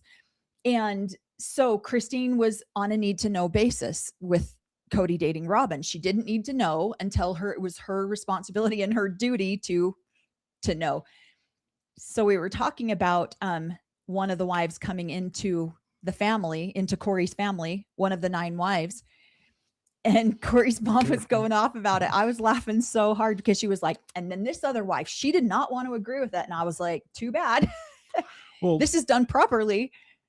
Yeah, because even though you might, I don't know how to explain it, you didn't want to hold up the progression of the family. So you might be having hard feelings or going through with it. So you would remove yourself from the decision if you were. I don't want to support this, but if other wives are on board about it, then you just remove yourself from that decision and you maybe let another wife step up to the pitching thing and hand the bat to the new wife. It's like, here to get going. Let's create a home run of kids here. So boom. Well, she was just talking about one of the wives who wanted to join the family. This is before all 9 were in the family. And one of the current wives was absolutely against it and was absolutely no. And so there was a wife who came in between these 2 wives. And that wife is now the one who has to fulfill the law of Sarah and give the one that's correct she did not want in the family to her. So Corey's dad just went and married her without the knowledge of the other wives. They just didn't know. And we hear about that all the time. We hear about that all the time where a man will just, and he'll be like, well, she wouldn't give me permission. So I just went. And Joseph Smith himself, who was the founder of Mormonism, did that himself. Just went and secretly married women because Emma wasn't supporting doing her job, doing the law of Sarah. So yeah. So it's just funny to hear an actual sister wife who's been in the situation explain it and try to justify not letting all the wives know, because I just think, for me personally, that's unjustifiable. If that's my husband, I want to know, and I have the right to know if he's going to marry someone else. I should have that right to know that. And do you feel like you should have the right to put in a veto? Yes. This is why you are not going to make a good sister wife. I know. It's exactly why. And this is truly it. If somebody feels like Melanie, they are not going to be a good sister wife. They're going to be the disobedient. They're going to be the one that causes a ruckus. And so, yeah, those are poor sister wives. This is what Cody was trying to explain to Christine. She needed to be a better sister wife to Robin because they had all kind of voted her in, and if she wasn't going to show up and give her hand to him and support her in every way possible, this is the mentality of being a good sister wife. And yes, my dear, you would not make a good sister wife at all. Which is a good thing. Well, and just the way his mom is like talking, I love her. Don't get me wrong. I absolutely love her. Wife. But she was just, and so I said to her, she was like, well, yeah, we knew about the marriage, but this one particular wife didn't, because she wasn't in agreement. So she wasn't privy to the information. Yeah, there you go. And Corey's dad just came down to Utah, married the girl, and then took her back up to, and then, and so Corey's mom was like, well, if she's not going to agree, then she just doesn't get to know. And I'm like, wait, what? No, that's not how that's supposed to go. So I would not have been. So she's got to give up a room for the new wife. She's got to give up her bedroom. And then And so it's interesting to listen to some of the different perspectives on how things are supposed to go, because genuinely, again, this is where I mean, Cody Brown wants to get up there and say cults are easy to get into and hard to get out of, and where I came from was not a cult. He's a fool. He's an absolute fool. It had and nothing he's a to do liar. with how easy and because hard it is to get into. If you are married to a man and you have half a dozen children with this man, and he's off marrying other women without your knowledge or your consent, that is an absolute cult. And if half of his other wives agree with that, and you're just the odd man out, sucks to be you. Absolutely not. And a really good cult is the cult that tells you that you have a choice. And it's easy for me to get out, but mentally, you still are supporting it, even though you might be out for a time. I mean, he's still in this. It's a good cult. So yeah. Because these men, they're lawless. They can do whatever they want. It doesn't matter. So yeah, Joe wrote the rules and then didn't follow them. Absolutely. Joseph Smith wrote down these rules. And if you haven't seen our series, we did the series on 27 rules of celestial. It used to be celestial plural marriage, but the church has removed plural. You can go back and watch those, and those are the rules on how to live polygamy. What? Joe would argue with you. He just copied God's rules. Not Joseph Smith. He's talking about Joseph Smith. Yeah. Right? Oh, I'm like, please tell me you understood that. Yeah, he just copied God's rules from the golden plates so that you could understand them and read them. It didn't necessarily mean that he had PSR had a different set of rules. So. I know. And they do. This is why we say that AUB makes up the rules as they go along, because they absolutely do. Robin knows the old saying, how you get them is how you lose them. I agree. I agree with it. How you get these wives is how you lose these wives. The interesting thing about the teachings, you get a base set of teachings. I feel like these are the base set of teachings that bring people in. Oh, these are good teachings there to build up the family, to do this stuff. And then each and every one of these religions have like a higher teaching that might be a little sticky, and then a higher teaching above that. And that's how they justify it, is because I have a higher light and knowledge and understanding than you do.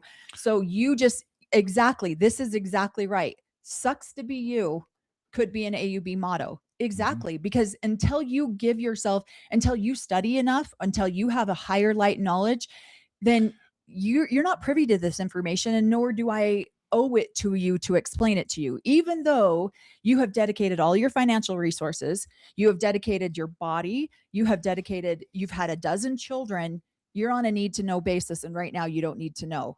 It's complete bullshit. And this is exactly why these women are property, and because their opinions mean nothing.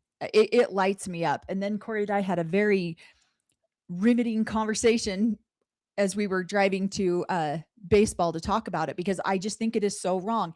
And again, this is where I struggle with women in this religion, because when another woman does this to another woman, come on, girls, let's be sisters. Like, let's look out after each other. Don't treat other women like this. Don't treat other women this poorly, where it's like, I'm in the know. Sorry, you're not. But it elevates them, and there becomes like, I know something you don't know. Ha ha. Well, it's the factions. Yep. You got the ones that are wearing their garments the full length and got all the stuff. The others that kind of roll it up a little bit. Yeah. Got a little bit of the rolled up garments. And so you got factions within. And so if you're not in the right faction, so do they get along? On Thursdays. So, yeah. Plates.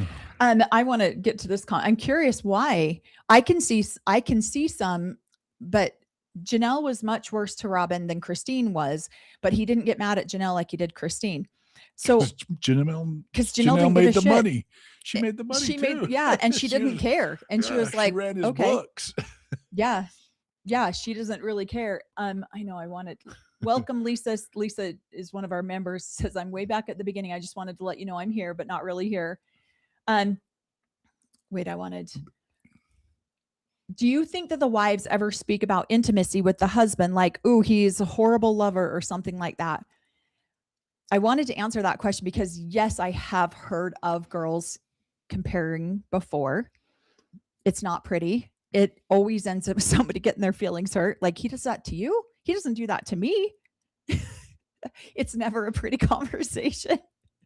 And so, no, I don't think that they get into very intimate details because you don't want to picture your husband licking the butter off someone else's bread, whatever. I don't know. How do you say that? Glaze off the donut. Wow. You can say that. Oh yeah, you don't want that happening. That's not a very there is so much priesthood-like. competition in families this way. It is so hard to watch. Yeah definitely definitely don't want to have those kind of conversations. I don't want to know if my husband is doing stuff with other wives. But I wanted to get back to Rosa's comment. There's so much competition in families this way. And there is. And so when I said to Corey's mom, I'm like, well, if your husband is going to lie to a wife like that, but you're privy to the information, are you ever concerned that he's lying to you and other women are privy to that information and you're not? And she was like, absolutely not. No, I was always privy to the information. I'm like, or you think you were, but you weren't, because why would he? I don't know. It's fascinating to me, because I know that if I watched my husband bring something to me that other wives were unaware of, let's just use sister wives as an example. Cody and Mary are having a discussion about Robin, and the other wives are completely left out of that loop. And they're not included in the loop until Robin is included in the loop. And that would, if I was Mary, I would have reservations about that, because is he doing the same thing with Christine and leaving Mary out of the loop? Is he doing the same thing with Robin and Janelle and leaving everyone else out of the loop? Mm-hmm. When Robin came into the family, one of the things Mary said was, I'm not usually mad at everybody at the same time. There's usually one person that I'm not upset with. And Robin raises her hand. That's when I get a phone call or a text. So Robin thinks that she's privy to all of the information about all the family. And that's just not really how it works in a lot of these dynamics. I would definitely have some trust issues there. And I'm sorry, Christine is raising 5 children and pregnant with the 6th, right? Yeah. In this whole process. And so, yeah, it's one of those. Yes, I agree with this. Need to know. Yeah, it's one of those needs to know basis, and you're not on the know. Yeah, she's busy raising raising children and doing this. And when I need you at the altar to hand the hand over, then we'll come and have a conversation with you and bring you in on the loop. And this is, I feel like, and I don't know. It's infuriating. What we watched looked like it was staged, so we don't know the conversations that went beyond, but it looked like, hey, probably a quick conversation. We should invite this family in. It seemed like the kids and some of the wives were being looped in kind of at the same time. So, and again, what if I said that to you? No? You're on a need to know basis, babe, and you're I'd appreciate it. Yeah. You're like, could you stop talking? I do that to you sometimes. Wait a minute. That's a need to know, and I don't need to know any of that information. Corey's the one who says that to me. Melanie, this is the need to know. I don't need to know this, nor do I care. Please don't tell me this. I don't care what your first husband's doing right now. So. Okay. So there was something that went. Oh, thank you so much for asking. Who won the last game of this season? Thank you. Our little guy. He won. We had his last baseball game of the season on Wednesday, which is why we didn't go live. And then a funeral yesterday, so that's why we're 9-6.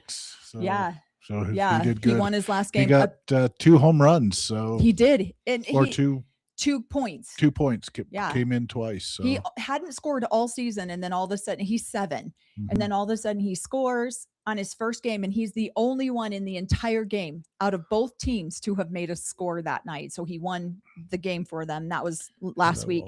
And then on Wednesday night, he made 2 points. And so it's very good. Apparently they're going to have like a championship game over Memorial Day weekend. And then it's a one and done. So if you get kicked out, if you lose, then you're an automatic kicked out. So we don't know anything about, we don't have a schedule for that, but thanks for asking. He is such a cute little, I love watching him run because he gets to the point where he's like, he hits that ball and then all he can do is keep his eye on the ball as he's running as fast as he can. It's just adorable. Oh, okay. So I see there's a bunch of questions about race. I want to get to this one though. It's as if the wives are like children. They vie for the attention of the husband. 100%. That's how it is. And some of the wives are treated like children from the other wives. Absolutely. They're supposed to listen to the guidance of their husband. This is why Cody feels like that he can come and say, you need to be nicer. Could have been nicer to Robin today. So yeah, could have been nicer to Robin today. So. Yeah, I think this is one of the reasons she's pulled so far back from the cameras now. Poor Truly, her life from the very first second is on TV. Yeah, and I think that it's smart of them to have pulled her so far back and give her some space now. Okay, thank you, Rosa's. There is a bunch of questions about the fundamentalists. Is it still a belief in the Mormon church that brown people are cursed and it was their issue? And was this their issue with Tony? I don't know about the LDS church. I don't. Yeah. So, but I see Rosa's answering some of these questions on here. So thank you for that. It's so hard to, because it's not necessarily, they basically believe in, well, the AUB believes in family blessings and curses. So they absolutely believe in them. So yeah. Also, when beliefs around race come up, it can get tense. We are just clarifying what the dogma is. We don't actually believe it's just a disclaimer. Absolutely don't believe any of their dogma. Yeah.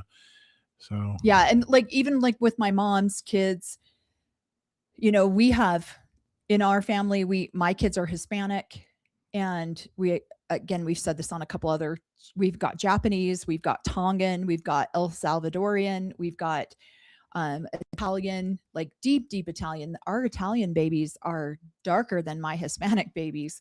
And so we have in my mom's 11 children, we've got a rainbow of adorable children. And so again, like Rosa just said, it's a touchy subject and can create some tension. But yeah, that, and from my understanding, that's something that Brigham Young taught, not Joseph Smith, the founder of the Mormon Church. That is something Brigham Young taught about race. And so, but my mom did her very best to teach all of her children the polar opposite of that. And yeah, we try not to do that. We try just to relay what the dogma was that we were taught, but that is in no means representative of what we believe now. Yep. Because the dogma that we grew up in, you guys can't hold the priesthood. Yeah. So certain people can't hold the priesthood. So I just get to do all the dirty work. I don't get to hold any priesthood or anything. Yeah. The only priesthood you can hold, is the children the male children that you create. So yeah. So it's super interesting, their ideas behind who can and can't hold the priesthood. And if you're disobedient, you get it taken away from. And so it's,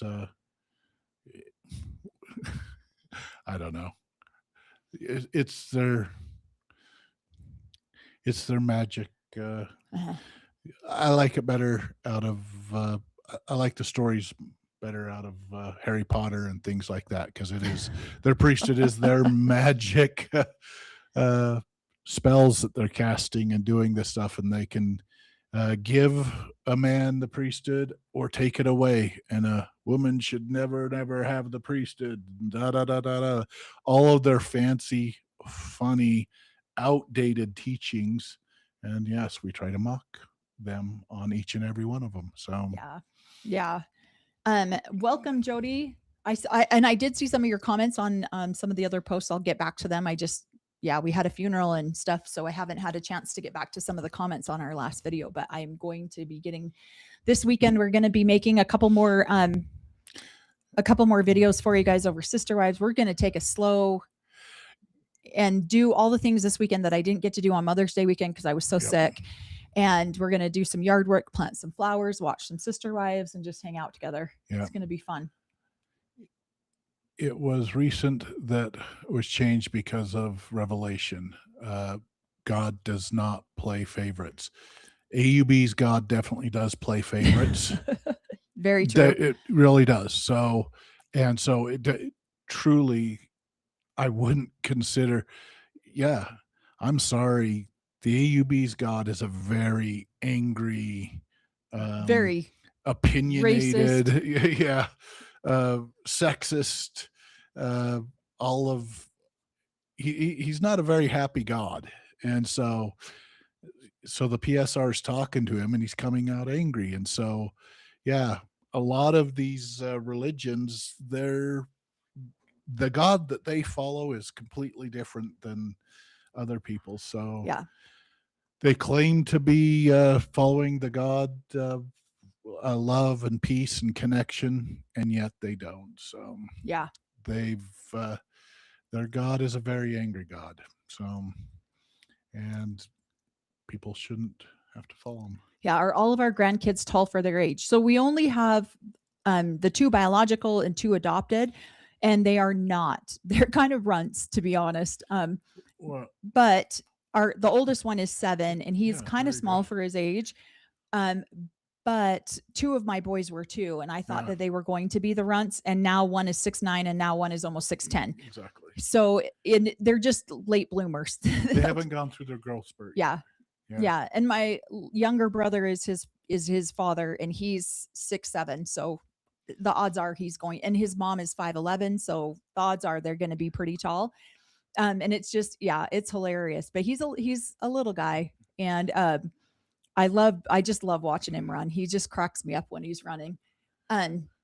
You don't understand how women can move to a different husband. I was just about to click on that. Shunned on the AUB. It depends on the circumstances. Moving up the ranks. Yeah. So if they're marrying up, you never want to marry down in the AUB. If you're going to leave a husband, you want to marry up more towards the council members or the PSR or somebody of clout within the AUB. We're talking to one of Corey's brothers the other day. Oh my gosh, I was crying. I was laughing so hard. And he was like, we're going to just start referring to these women as so-and-so's ex-wife. As so-and-so's ex-wife. And so my dad, out of all 8 of my dad's wives, only 2 of those women have not been married to someone else. My mom and then the 3rd wife. They're the only 2 women. All the other women have been married to someone else. So, again, AUB, there is a lot of wife swapping that happens in the AUB. And if you're the man, what I find interesting is one of my dad's wives, her husband is still a part of the AUB. Her ex-husband is still a part of the AUB and was allowed to get another wife. And so that's why they look like wife swappers, because if you lose a wife unrighteously, then you should not be allowed to get new wives. This is why Cody Brown would not be able to go back into the AUB and get more wives, because according to the doctrine and the teachings, he lost his first 3 wives unrighteously. And so that's why he would not be allowed to go back in and get another wife. Now, if he went back in, he would have to be properly disfellowshipped and put on public shaming display. And then he would have to pay full tithing. He'd have to be rebaptized. And then he would. Now, of course, we're just going by the doctrine and the teachings. That doesn't mean that anyone ever follows these rules. Or it could be fast tracked. It depends. It could be fast tracked depending on who you know and who you blow. Exactly. Isn't that what you said? Yeah. So that's where that comes from. So it just really kind of depends on who you are, again, who you know, and what your last name is and what your intentions are. And so it is very tricky. It's just a tricky situation. And it depends, again, some of the original teachings are if you lose a wife unrighteously, you cannot obtain new wives. But it happens all the time. I think out of my dad's wives that have been married to someone else, I want to say that's the only guy that I know that's still in the AUB. I think the rest of them have all passed away or they're no longer in the AUB. They've left. Like one of his wives was married twice before she married my dad, but they were from an independent polygamous group. I think they were from the Harmstons group. And so, but I don't know exactly where her ex-husbands were from. But I mean, she was a third time go around when she married my dad. And so I refer to her as my dad's Robin for the first several years. Because when she married my dad, she had 3 kids from 2 different guys. And yeah. So I just think it just depends on who you are. It depends on your last name. The rules don't apply to everyone is what I'm saying. It just depends. Okay, let's get back up here to some of these. Oh, thank you. Yeah, I appreciate that. Yeah. Chris MC says, your podcast has helped me develop so much empathy for people living this lifestyle. Thank you. Because honestly, there's a lot of predators and there's a lot of people who are very taken advantage of in this religion. And it's sad because when we were watching, trust me, The False Prophet, I mean, it's so hard because when you're born and this is bred into your brain, your entire life, you don't know anything different. It's really.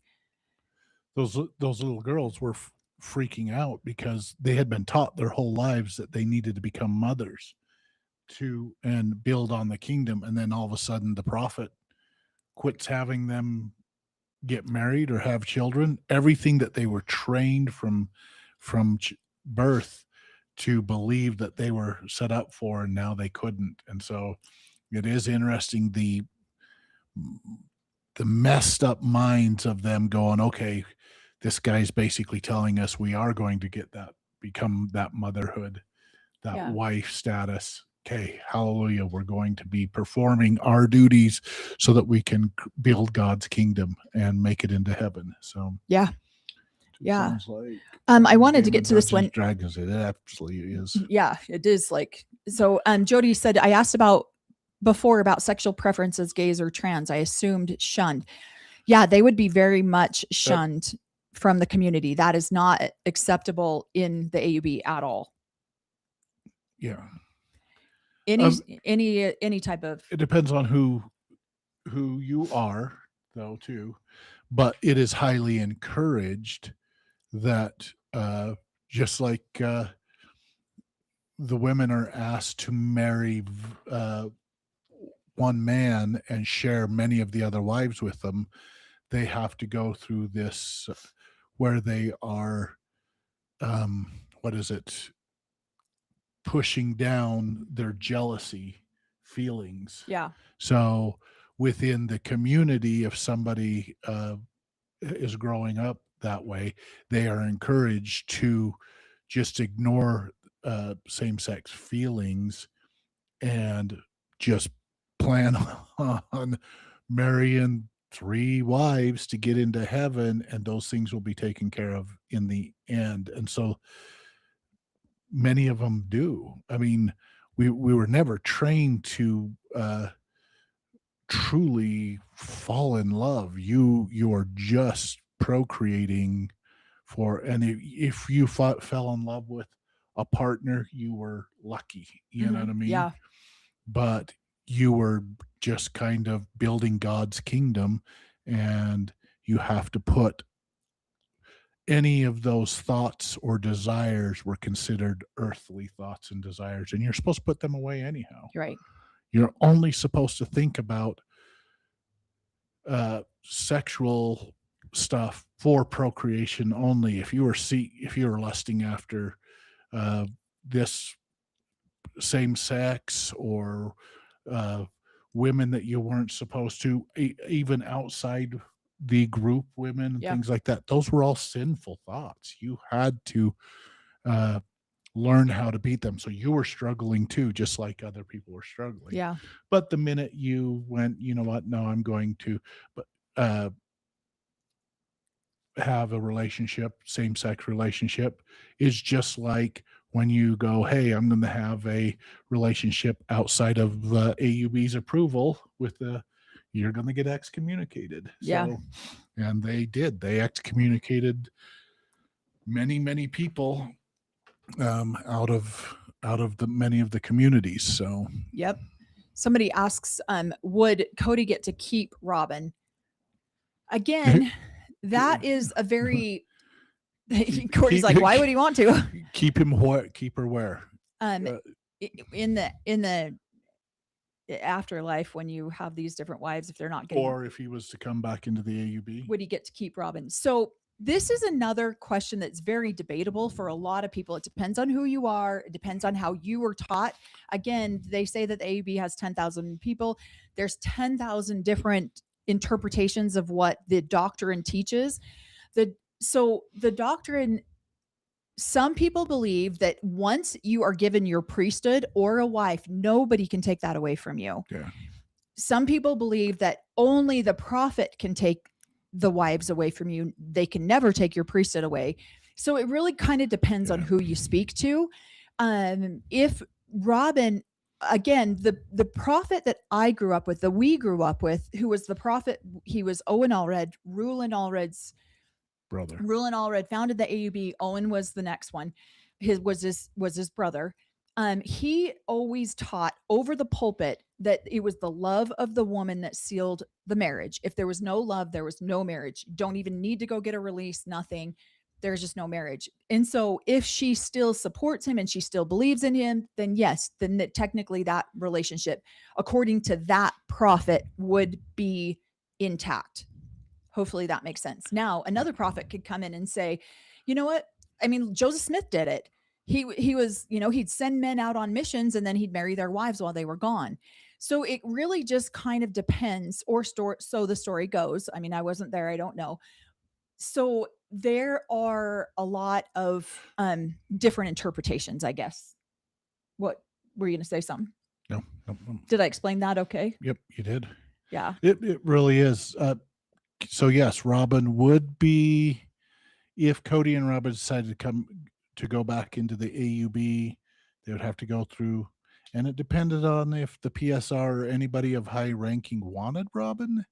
They might convince her that she should leave him and marry within, but but they may go, now Cody, you've been through enough pain and agony, so you keep Robin, keep that pain and agony, and that's your eternal punishment. You are sealed to that woman forever. That you're punished forever. You might be able to get some more wives, but I don't know. At a certain, are there arranged marriages within the AUB? There was one of the questions. If you can't say no, is it really a choice? If yes is the only appropriate answer, is it really a choice? I don't know. I wouldn't say that my marriage was arranged. When you were growing up. But I wouldn't have also said that I felt like I had much of a choice. It was coerced. Now why can I not think of the term? It was highly suggestive. Yeah.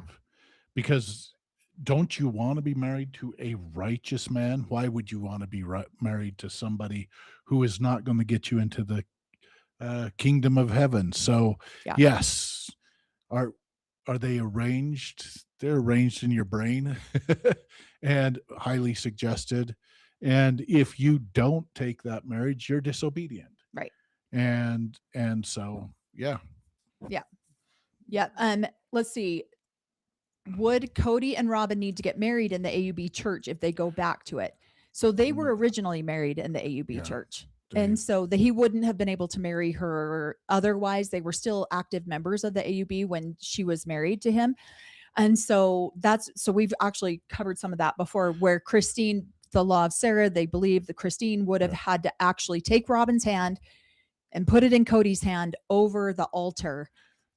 That's part of the ceremony. So yes, they were originally married in the AUB.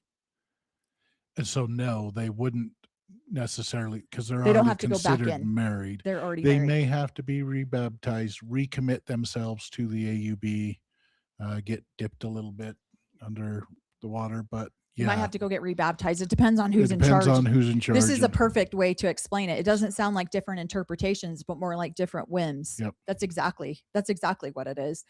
It just depends on what that prophet at that time thinks. Oh, because aren't they doing a rededication of their marriage or something? I don't know. I've heard that too. I've heard from people that they're doing a commitment ceremony. That would be totally different than something with the AUB. Again, in the AUB, in the Mormon church too, when you are sealed in the temple, they believe that is an eternal marriage, that does not get dissolved just because someone says so. So some people believe it's never dissolvable. Other people believe that it is dissolvable as long as the leadership of the church dissolves it for you. So there's that forever eternal partnership. So this is why a couple seasons ago, the apology tour, whatever that was, when Cody went to apologize to Janelle, he technically still, according to AUB teachings, could have had intimate relationships with her because they were, for all intents and purposes, still married under the AUB guidelines. And it wasn't until she went and got that release from the leadership that now if he were to have intimate relationships with her, that would be considered adultery. But at the time, that would not be considered adultery. So hopefully that makes sense. None of it makes sense. Yep. You have to try to do all the mental gymnastics to make it make sense. Hello, guys. What were you saying? Yeah. I mean, and Robin would just have to be on a need to know basis, and she didn't need to know at that point in time. So, and we have said that too. Yeah. You start to realize, you start to hear what happened during someone else's courtship when he starts courting somebody else. Yeah. Because those that had premarital sex before they were married, those who did sampling. Yeah. Sampling. Those who had intimate relations or were inappropriate. Those are the ones who usually struggle the hardest when the husband goes to find a new wife because they know what they did. And so he was licking the glazed off his donut before the donut was given to him, or the butter off of his bread. So, yeah. Yep. Before the AUB leadership gave him. Yeah. I wanted to get to this one. I feel some sympathy for all of the adults who were alerted by who I think essayed, but the deaths of essay of the children was just so horrific. That was really hard to watch. That's one of the reasons why we wanted to go back to Sister Wives, especially the earlier seasons, because it's a lot more lighthearted. Yeah. We could talk about some of it because if we did that last book club and it was just really, really heavy. And then we dove into some heavier topics. And so we wanted to go back to something that was a little bit lighter. Yeah.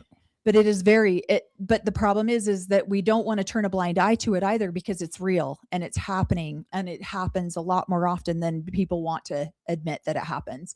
And it happens in the AUB a lot. I would say 8 out of every 10 girls in the AUB, or 8 out of every 10 children, is abused in some form or another. Like that essay. I wanted to get back up here. I just had Nikki thought come into my mind. Oh, no. Like, if he's licking the butter off of somebody else's bread at that point in time until she's married, that would be her father's bread. Oh, that's horrible. Yeah. So her father's making claim, don't lick the butter off of my bread until I give the bread to you. I'm over here. Yeah, that's a horrible thought. Yeah. Let's see. Rosa says it's a hard. Yeah. Jody says, I think some men want virgins. So unfortunately, not a lot of girls are actual virgins by the time they get married in the AUB, in my experience, because they've been so SA'd as children. And again, I can't speak for everyone, but just in the group of in the people that I know, that is a very huge problem. So for those of you that had followed some of our videos, I made videos. My ex-husband found our TikTok, started commenting on some of it. And that was one of the comments that he made was he did his best to love me, even though I wasn't the virgin he wanted. I'm like, buddy, you weren't either when we got married. And I haven't made a video about this. I have thought about it. I've gone kind of back and forth trying to decide how to handle it, because this is exactly the problem. They want these virgins, even though themselves are not clean, even though they've abused their sisters, they've abused their cousins, they've abused their siblings, or whatever. They themselves are not clean, but they demand that these women come into their situations clean. And it's a really big problem. I'm not trying to be snarky about it. It actually is a very big problem. And it's very sad, because these women are shamed and beaten down over. I know I was shamed and beaten down. So when he made that comment on my TikTok, I did want to get snarky and say, I'm sorry, I was 3 years old. I couldn't stop my grandpa from abusing me. But that gets real dark real fast. And so I didn't say anything. I've been debating on how to handle it, because he himself had picked up prostitutes before we were married, but he wants to make a public statement about me not being a virgin before we got married. Public shaming again, just like my dad wants to make a statement about me being an adulterer. That's the pot calling the kettle black, isn't it? And so there's these public shamings that are happening to try to suppress a lot of the voices of these women. And unfortunately, in my experience, 8 out of 10 of them have been already sexually abused before they get married. That got dark. Sorry. Yep. I wanted to address that comment, because when he made that comment on there, he's trying to publicly shame me as much as he possibly can, to show that I'm dirty, because I was a child being abused. I wasn't one of the abusers. I guess we could go there if we wanted to, but it's dark and it's hard and it's a heavy subject. Where are you reading? I don't know. You're just like, that got too dark, too heavy. It really was. I was trying to be funny, but then it went dark. Sorry. Oh, but it is the truth. So yeah. The unfortunate. So yeah, we need to communicate about this, talk about it, so that AUB and all of these groups are going, wait a minute, when somebody from inside is talking about it and it sounds icky, maybe it is icky, or maybe it is disgusting or gross. Yeah. So they use all of these terminologies of don't like the butter off somebody else's bread, things like that. And then as you start to think about it, you're like, oh yeah, that's not a good terminology. She's a human being. So with her own choice. So. And so it's definitely a pretty dark subject. But it's there, and it's one that we can't really just look over and ignore, because it's so prevalent in so many situations. I mean, you guys all saw My 5 Wives with Brady and his wives. I mean, she accused her father of some essaying, and he was the prophet of the AUB. So it is a very prevalent problem in the AUB, and not very many people that I know personally have gotten into adulthood unscarred from it, unfortunately. And so, well, and just that it is interesting, the double standard on as a man, you're going to get shamed. We definitely got shamed growing up in the AUB for multiple different things, but it was almost different for my sisters, the women within it.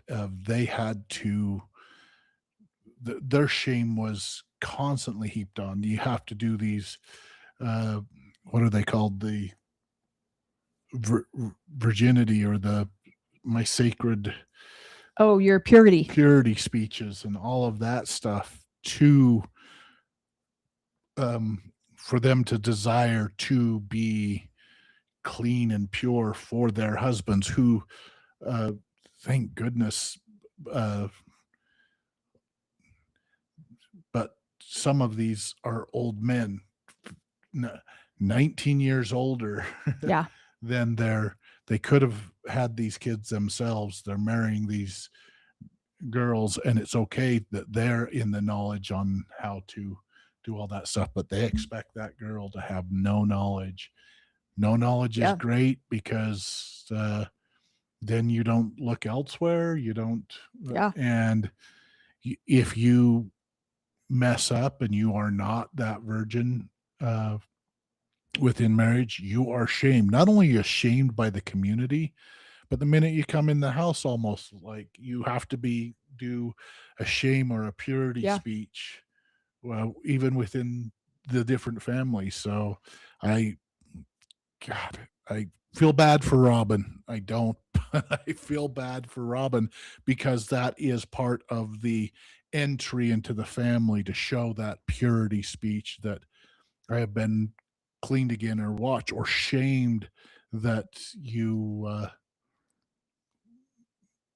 weren't coming into the family pure and clean. Right. That whole purity speech was a shaming on Robin, and so I do feel bad. Well, it was her calling it out before someone else called it out. Exactly. Because if she acknowledges it first, then it, and Cody even said, I asked Robin to give this speech. Yeah.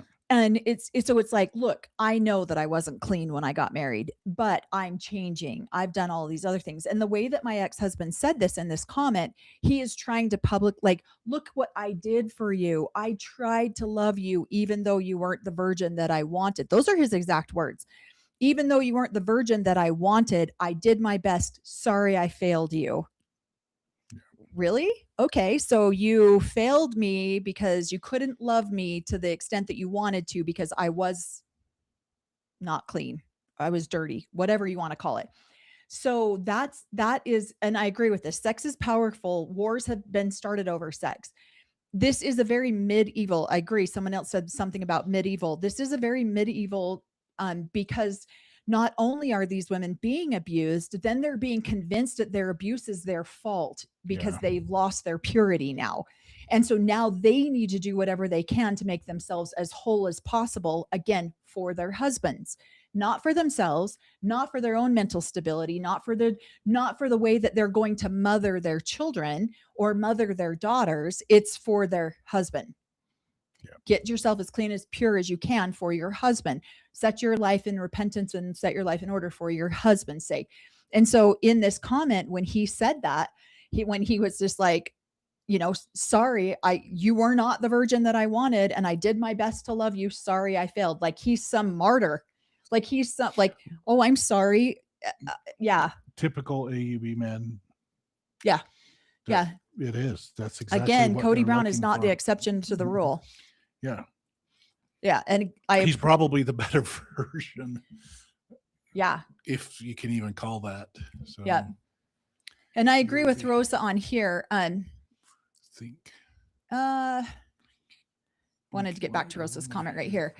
My mother was unaware. You have to understand that these women are consumed by the competition and insecurity, so they aren't just plugged into their children's experiences. And isn't that the truth? Like, I feel like, God, that's so true. Again, this is why I have so many issues with some of the women in this religion, because they are so consumed with what they're not receiving from their husband that they don't always see what's happening with their own children. And they don't even realize that they need to see it, because they're so consumed in in the level of competition that they're going in with their other sister wives. And it's a spiral of abuse that just gets out of control. Yeah. What were you saying? She just said poor Dayton, basically saying he shouldn't be there. It is just like you said, it's that spiral of shaming. So not only is she shaming, I feel like, Cody, I asked her to tell you guys this, but then she coming in and, hey, this is kind of went on. He took my things, but turning around and handing that shame down to her kids too. It's a vicious cycle of shame and guilt, and that's what a lot of the dogmatic belief systems that we grew up in are based off of, is that shaming and that guilt. So, right. I wanted nothing to get. To do with. I wanted. Sorry, the comments are jumping. I was told I was more because they didn't. Okay. How does so much abuse happen when the women are prominent parts of the culture? I know this is done in secret for the most part, but there are signs. I recommend We Are Jenny documentary. Yeah, I've never seen that documentary. Again, like look at the Trust Me documentary.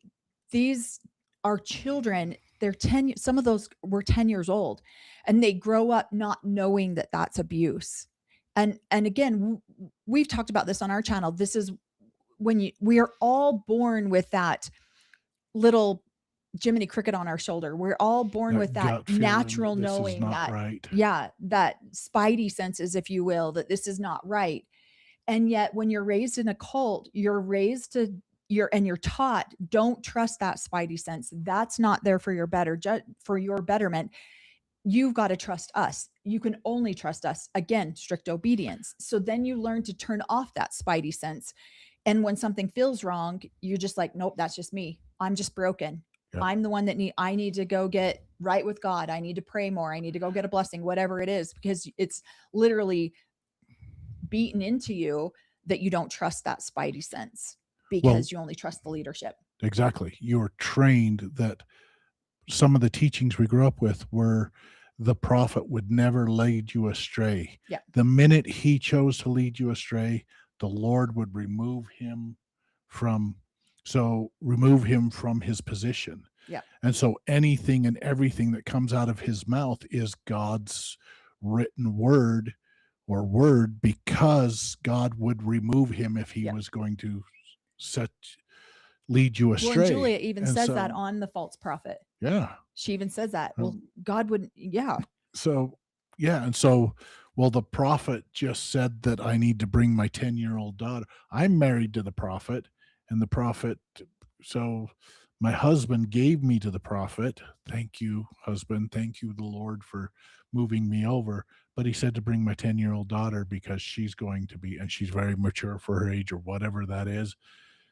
And the prophet wouldn't do this or the Lord would remove him. Well, then the Lord removes him and puts him in jail, and they still don't believe him. Yeah, now he's a martyr. It's just like you can't win with that's these what I'm people. saying. The mental gymnastics that they have to do to justify some of this abusive behavior is really unreal. And I mean, but again, we were subjected to that, and it takes getting out of it. I mean, we've been out of it for over 25 years now. And so some of the, like, even just listening to Corey's mom and some of the things that she says, I'm like, she genuinely doesn't see that that's abuse. Yeah. She genuinely doesn't see it because in the back of her mind, that's still one of my favorites. It's not my favorite. It really pisses me off. But one of the ones that I see the most with abusers, the ones that are guilty of the abuse is, well, they've gone and they've worked that out with the leadership. This is now between them and God. You need to mind your own business. And now it's like, what do you do with that? How do you can argue that out all you want, but that there's genuine belief out there that you can't judge me. You don't get to say anything to me. I went and worked it out with the leadership. This is now between God and I. Shut up. And that happens a lot, unfortunately. And you watch very good people justify that and have that exact same attitude. This isn't about you. And especially what we were saying, we were watching some of these YouTube videos that have just come out. I tagged some of them in our last live about the ritualistic abuse that's happening. And some of those men that were accused of being involved in that were some of the leadership of the AUB. And they were never excommunicated. They were never kicked out of the AUB. They died, and people's explanation of it now is, well, it's in God's hands now. So there's never any level of accountability for the victims. And I know a lot of victims that just throw their hands up in the air and go, why even try anymore? Why talk about this? I know we have felt that way with our channel. Mm-hmm. Why are we talking about this sometimes when it feels pointless? No one's ever going to be held accountable. And when you're a victim in that situation, it feels even worse. Does that make sense? Yep. And then again, a lot of those victims are waking up to these righteous men standing over there and judging them, and they are leaving the cult. Yeah. So that is always a positive thing through horrendous, means, but at least they're not stuck, because there are some victims that get stuck in the, okay, well, now I'm married to the prophet, so I'm okay with it. So yeah. And Rosa says that's exactly what they said about her stepdad, and then never let us know that it was their decision about it at all. And then let us know that it was their decision. Yeah. And it feels very defeating. It feels very defeating when you have the bravery to even say, the courage to even say anything about it, and then when you're dismissed. And thank you for this, Jody. I really appreciate that. You're coming out saved 2 generations. I really appreciate that.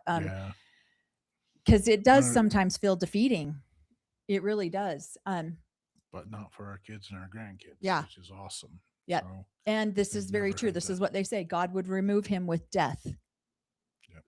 If he wasn't. I wanted to get up here to this one too. Oh. Okay, with death instead of imprisonment. Uh-huh. Yeah. Yeah. I think you need to look at the signs everywhere. I mean, imprisonment might be a good place to, these guys wake up and go, wait a minute. But you can only be replaced if you are died. You don't get a vote in and vote out. Well, the prophet only gets replaced if he dies. Samuel Bateman replaced him. I know, right? Well, that's because he convinced everybody Warren Jeffs was dead. Yeah. Okay. And so he was channeling him. Yep. Okay. Let's see. Oh, I love this. So Blessed Canadian says, my 32-year-old son and I are both going through the audio version of the book, Your Anxiety is Giving Me Anxiety, and then calling and texting each other about our thoughts. Such a great book, Mel. I love that you're reading that. Thank you. It is really I finished it in 2 days. I was just completely obsessed with it. Oh, thank you. How in the heck was that? I don't know. Somebody cool. just sent flowers of some sort. I don't know how that happened. Yeah, it just says tulips as a reward or something like that. Yeah. That was cool. Yeah, Thank you. That was cool to see. Thank you. I've seen those on TikToks, but I didn't know you could do that on YouTube. Yeah. And I agree, Jen. It says, hopefully a victim will see this and start questioning. Yeah. And I agree. I agree with you on that one. We hope that too. And this is the one I wanted to read. Rosa's comment that says, I have a lot of compassion for my mom. I wish she thought that she deserved better than what she settled for, but that's not my journey. I feel this way a lot about my mom. I really genuinely wish that she knew that she deserved better than what she got. And from her father, from my father, and I hope that my mom can get to that point before she passes, because it really does. It really is. It's tragic. It's tragic to watch that. And I'm so grateful that my girls will never have to experience the level of abuse that I've had to unwind. So what is it? They're free jewels from YouTube. I just wanted you to get them. That is kind of cool. Yeah, thank you. That was the first time I've ever seen that. So yeah. That was actually pretty stinking cool. So I'm reading the comments and all of a sudden stuff comes up on there. So, and I agree with this one. Thank you. You take your power and autonomy back when you share your stories. It's also freeing. Keep up the good work. Yeah. I agree with that. And so I had a lot of people ask me about responding to some of the comments that my ex-husband made, and I've stayed silent about that abuse for way too long. And my children are not children anymore. I know that they are still my children, but they're grown adults, and we have raised them with enough tools to regulate their emotions, and they are very competent in being able to work through things and regulate their thoughts and emotions and feelings. And so I'm just going to be calling it out because I'm just so tired of it. I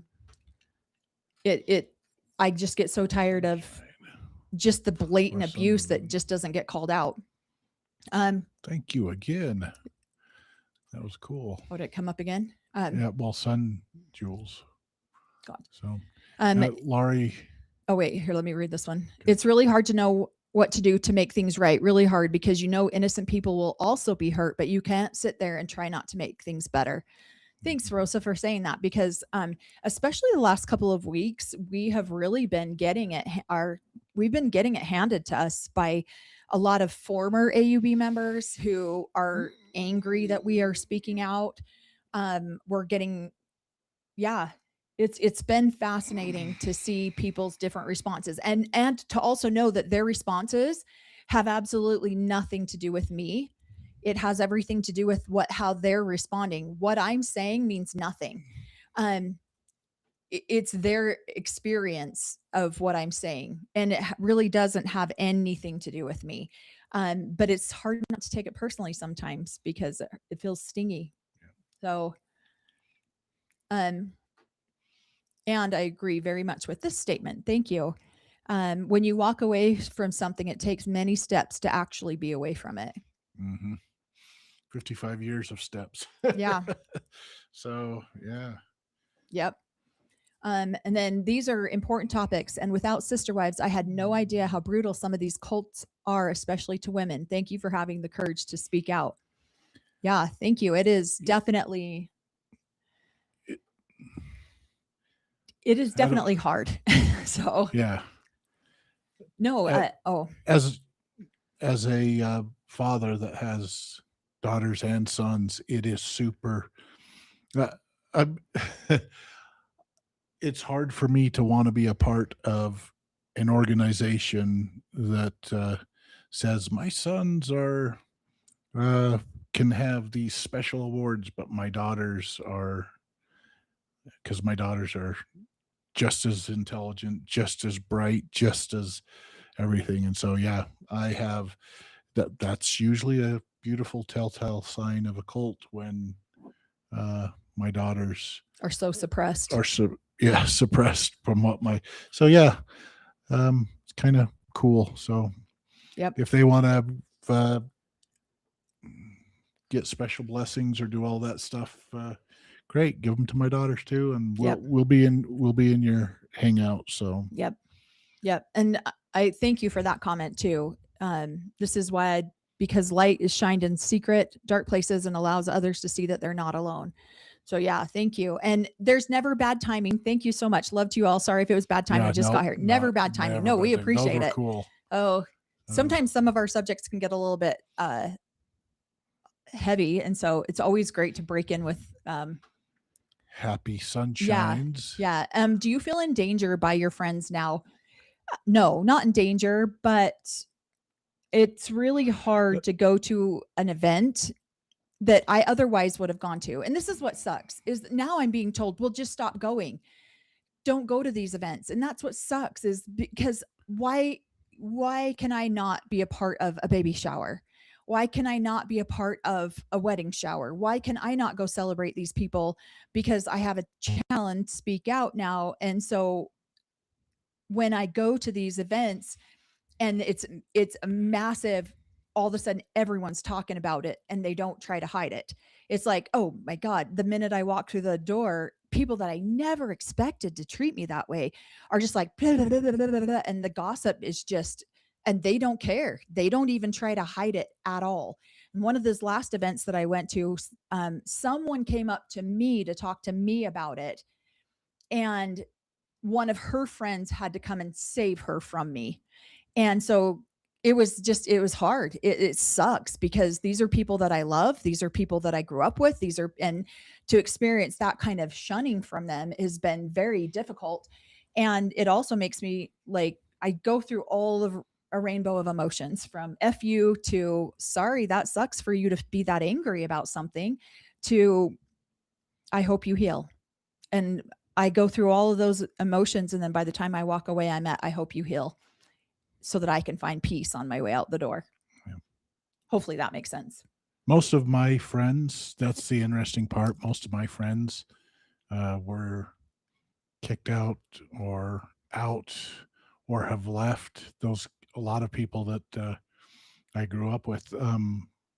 So I've been amazed since we started speaking out. Some of those people that have come back and hey, this is what we went through. We support you, things like that. Yeah. It's amazing to me, those people that all of a sudden will come out and say, hey, we support you. You're amazing. And those that don't necessarily support you, that if you were to tell me the way these two people would have behaved 5 years ago before I did it, I would have said, whatever, it's not even the truth. Yeah. So it's stunning to me how some people have gone through healing in silence. I feel like that's what I kind of did for years, is I went through healing in silence. Yeah. I went through getting my own belief system that was different from the way I grew up. And I feel like a lot of the kids that I grew up with were doing the same thing. Yeah. And we were just told not to talk about it or not to communicate amongst each other. Yeah. And so we'd show up at the same family get-togethers, same places, and you just didn't talk about what was going on, because you didn't know if this person had left or that person had left.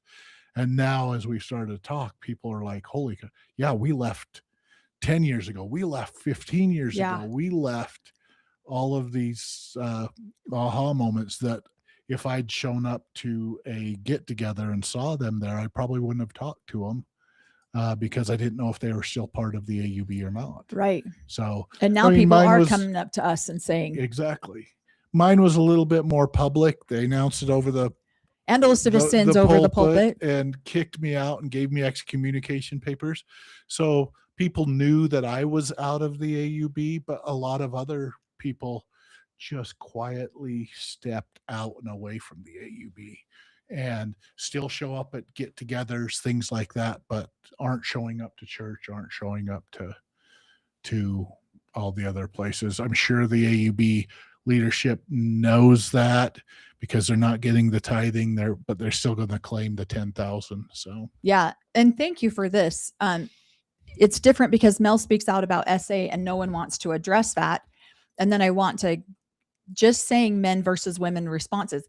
That's what's been so surprising to me, is how the women have responded to me. That's been very, very surprising.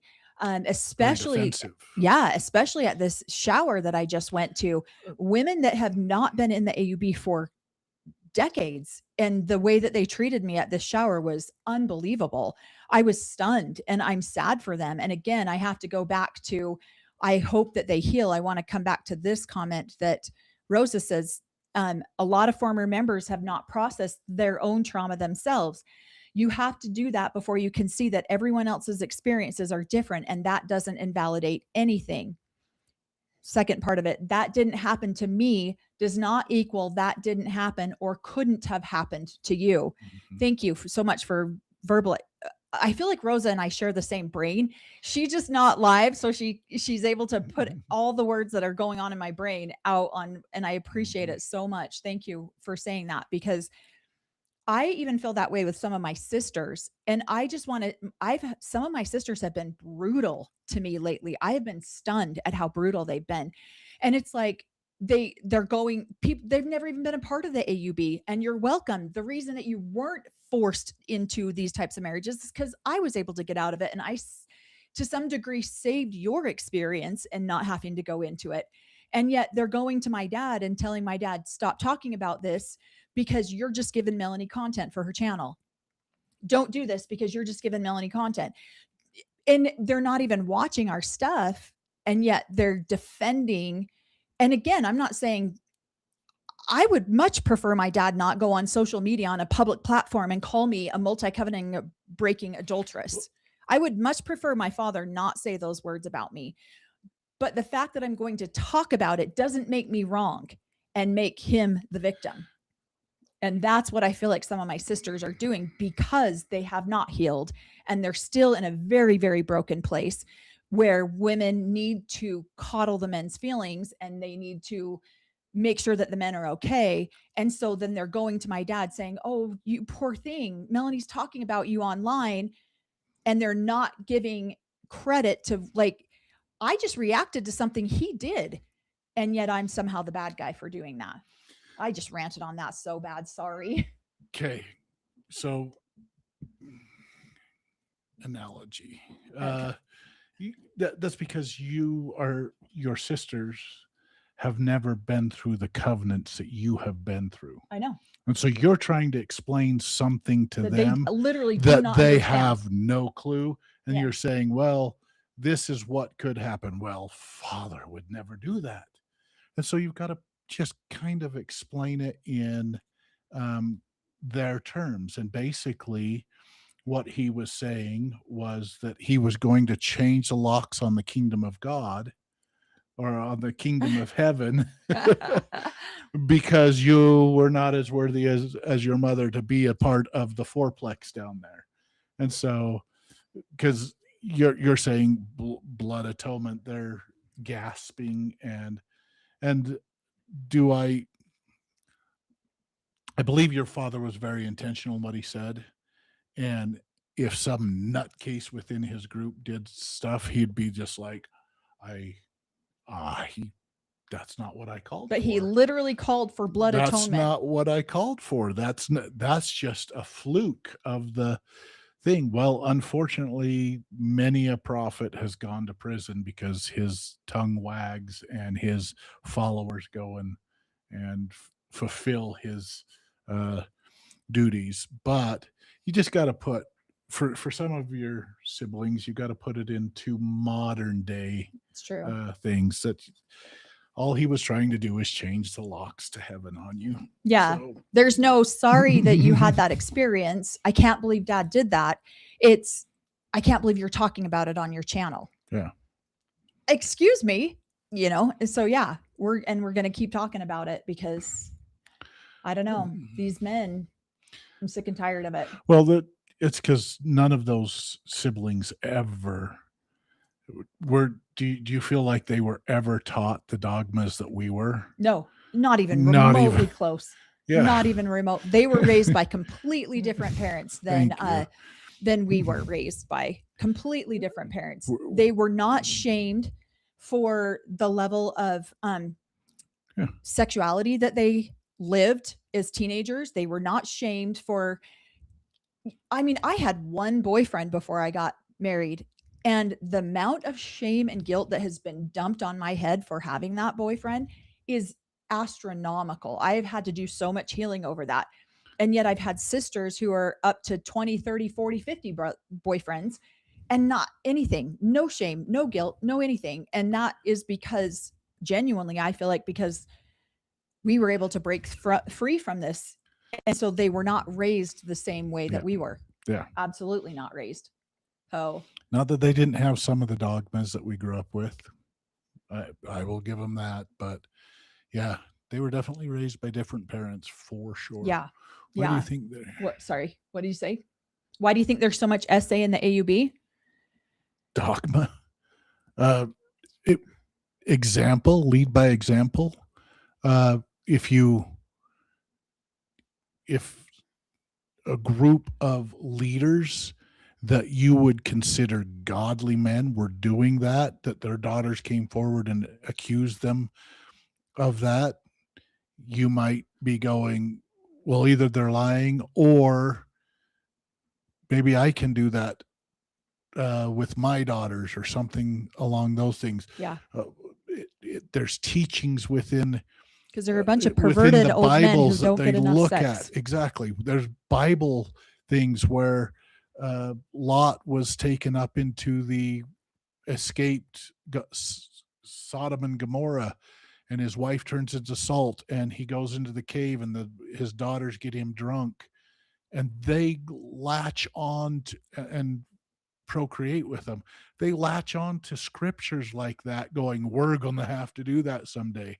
They're sick in the mind. And so they've got prophets that have done this. They've got major leaderships. They can find proof of it.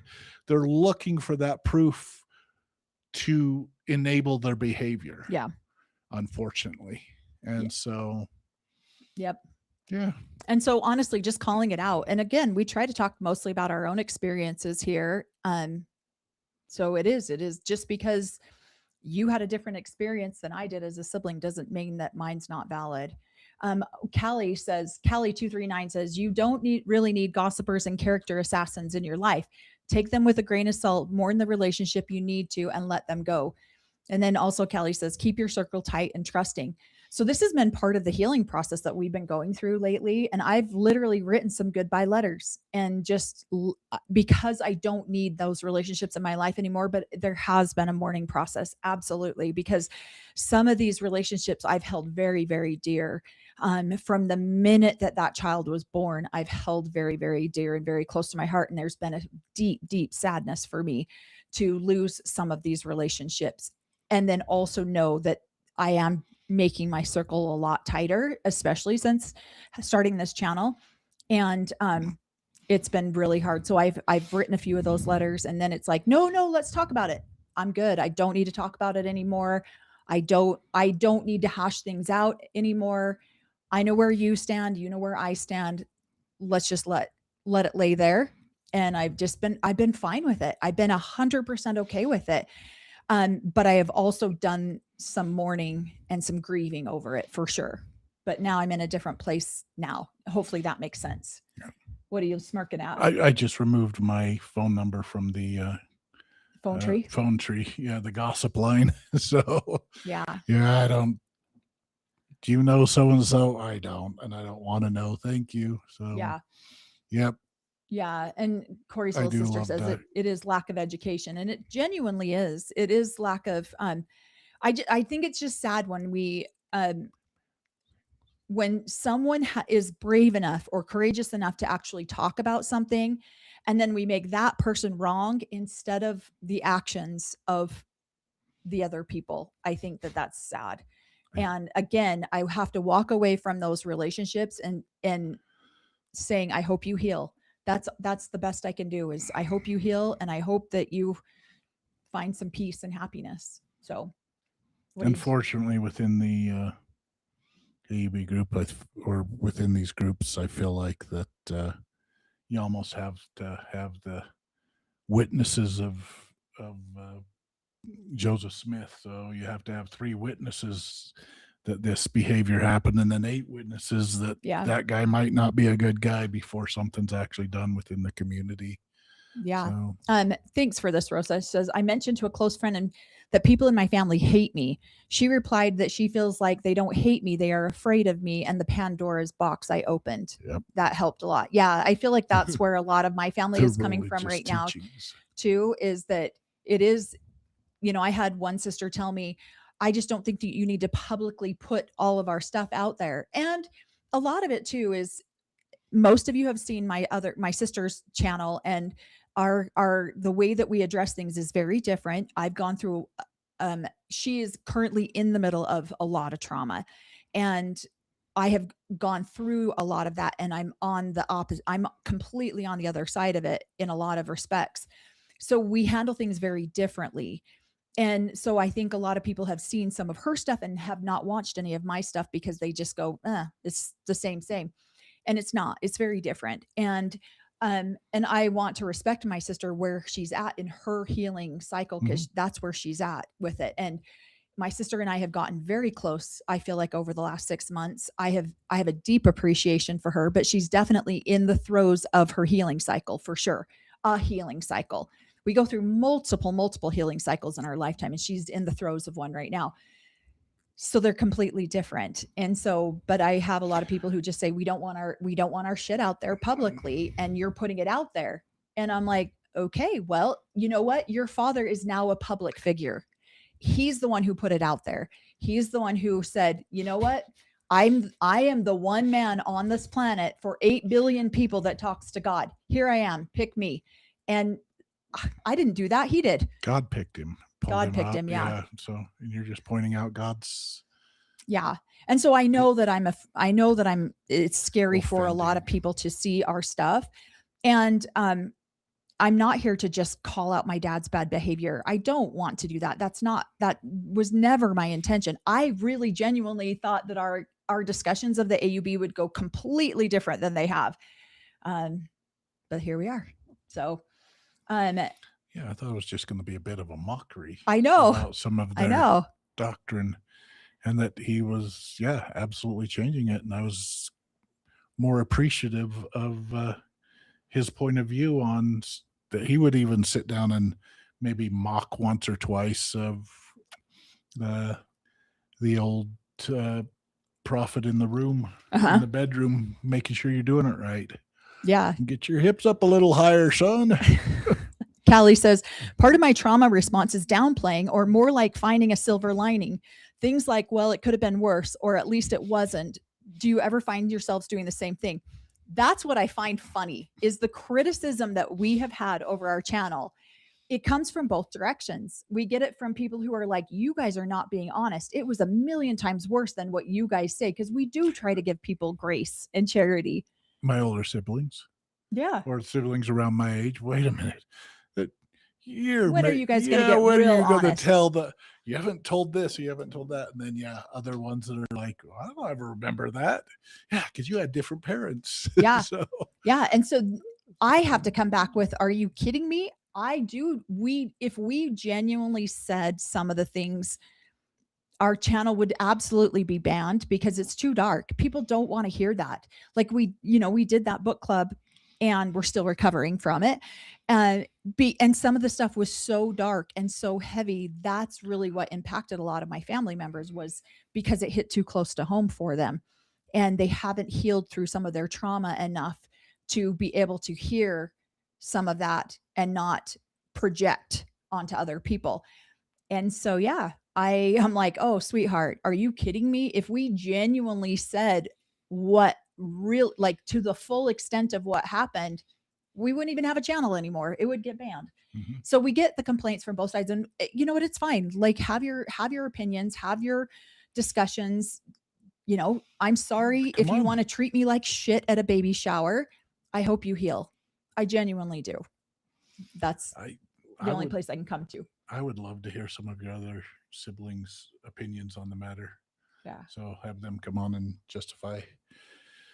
Yeah. I genuinely have some of my siblings on. They'd probably. We've talked to a couple of Corey's siblings about coming on, and I was like, I don't know if we can have that person on, because they're gonna we have to be. Yeah. Even with my sister, when she comes on our channel, sometimes I'm like, whoa, temper it down, just a smidge, temper it down. Irie 108 says, my family went after me after a death in the family, just asking for logistics of a funeral. I wasn't grieving the way that they wanted me to, so it was easier to rip me apart than try to connect with me. Isn't that tragic? Yeah, grief is interesting. And that's the thing with abuse too, is we've all experienced. If you have a human body, again, this is why we encourage healing. You have experienced some level of trauma. You've experienced some level of abuse.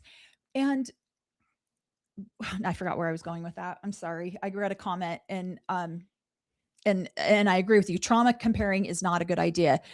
I 100% agree with this comment. Sorry, that comment caught my attention.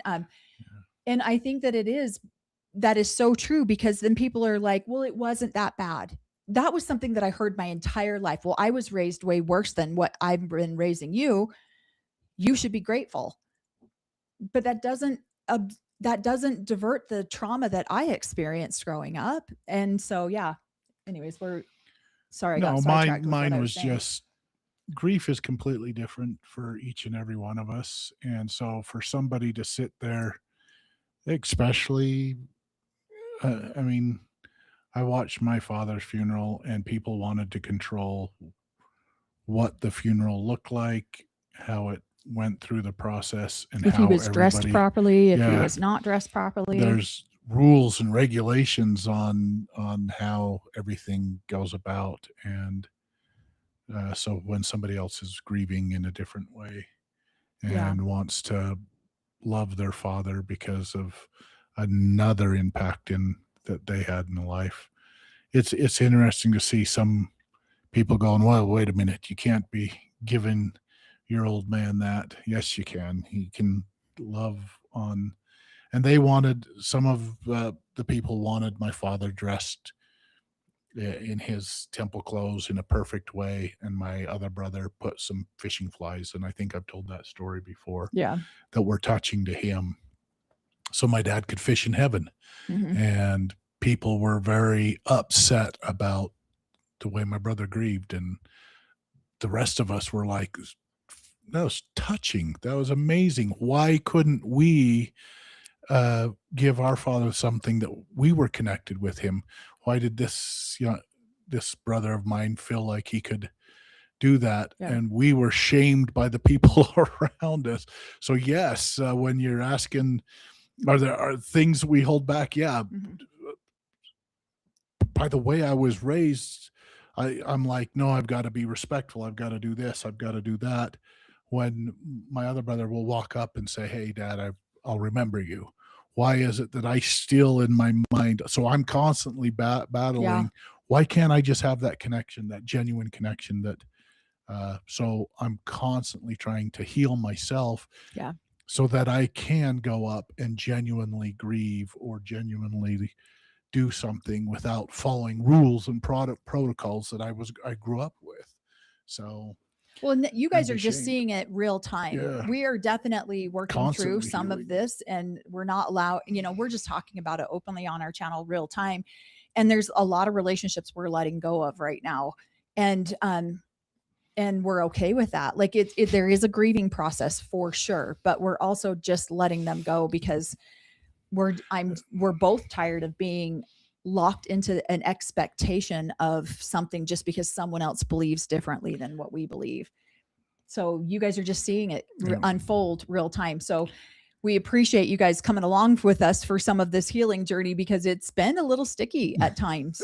Can you spell dysfunction without fun? You can't. It's amazing. Yeah. So, and the other comical thing is, if you were to talk to those that you're doing it, that you can't quit. We fire you. Yeah. So you can't leave. And we're just stepping back from those relationships. Step back so much quicker than you, type thing. So, and honestly, that really does show like your level of healing is how you can adjust and move through things. And it's been hard for us for sure. There's been some tears. There's been some ugly tears as we've processed through some of these releases, if you will. But sharing with Shannon says that book club was brutal for me. It was. It brought up a lot of our childhood trauma that some people were not ready to deal with or work through, and they're still holding on to it 3 months later, 4 months later. They're still trying to process through some of that, and it's brought up a lot of trauma through our family. I wanted to get up here. Thank you so much for this comment. I genuinely appreciate it. Melanie and Corey, your content is so impactful for so many, not just polygamy related topics. Anyone on a healing journey, experienced trauma, family dysfunctions can connect with you. Oh, family. Yeah. Can connect with you. Thank you. Thank you for that, because we all grieve differently. We're just putting ours out there for you guys to see, because I'm genuinely sad about some of the relationships that I'm letting be what they are. I'm genuinely sad about it. And so I don't want to lose some of the relationships, but I also know what is healthy for me, and I have to love those people from a distance, and I can no longer be intimately involved in their lives.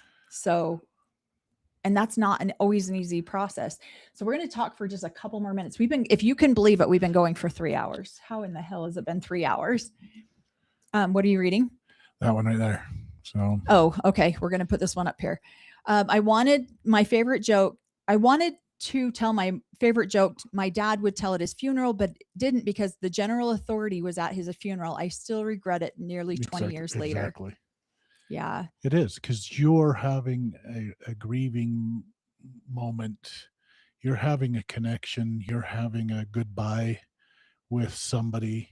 And it is. I'm so proud of the lessons that my brother taught me, that it doesn't matter what these pious men who around us think or do. So Just go in, thank him for being your dad, give him that connection. He understands, and it doesn't matter what the pious men of the community well, and honestly, I get tired of the whole everything has to be a certain way. You can't step out of that line. You can't do anything different. Just like at the funeral yesterday, I love Corey's mom to death, but in her mind, that funeral was conducted wrong. And so is her sister-in-law that is now passed, is she going to not go to heaven now because somebody didn't pray over her grave the right way? I feel like we get so stuck on the mechanics of how we have to do something that we lose the humanity in it. We lose the love of each other in it. Right. And that is tragic for me. Well, I don't think she thought it was wrong. She definitely thought just wasn't done correctly. It wasn't done the way that the AUB does it. And we even said that to her. Well, because the AUB uses the pomp and the, so they want to look flashy. And it's, again, I feel like the argument comes down to, if I have to say that I'm the prophet over and over and over again, am I really the prophet? The lion doesn't say, hey, I'm the lion. So he just lions. Yeah.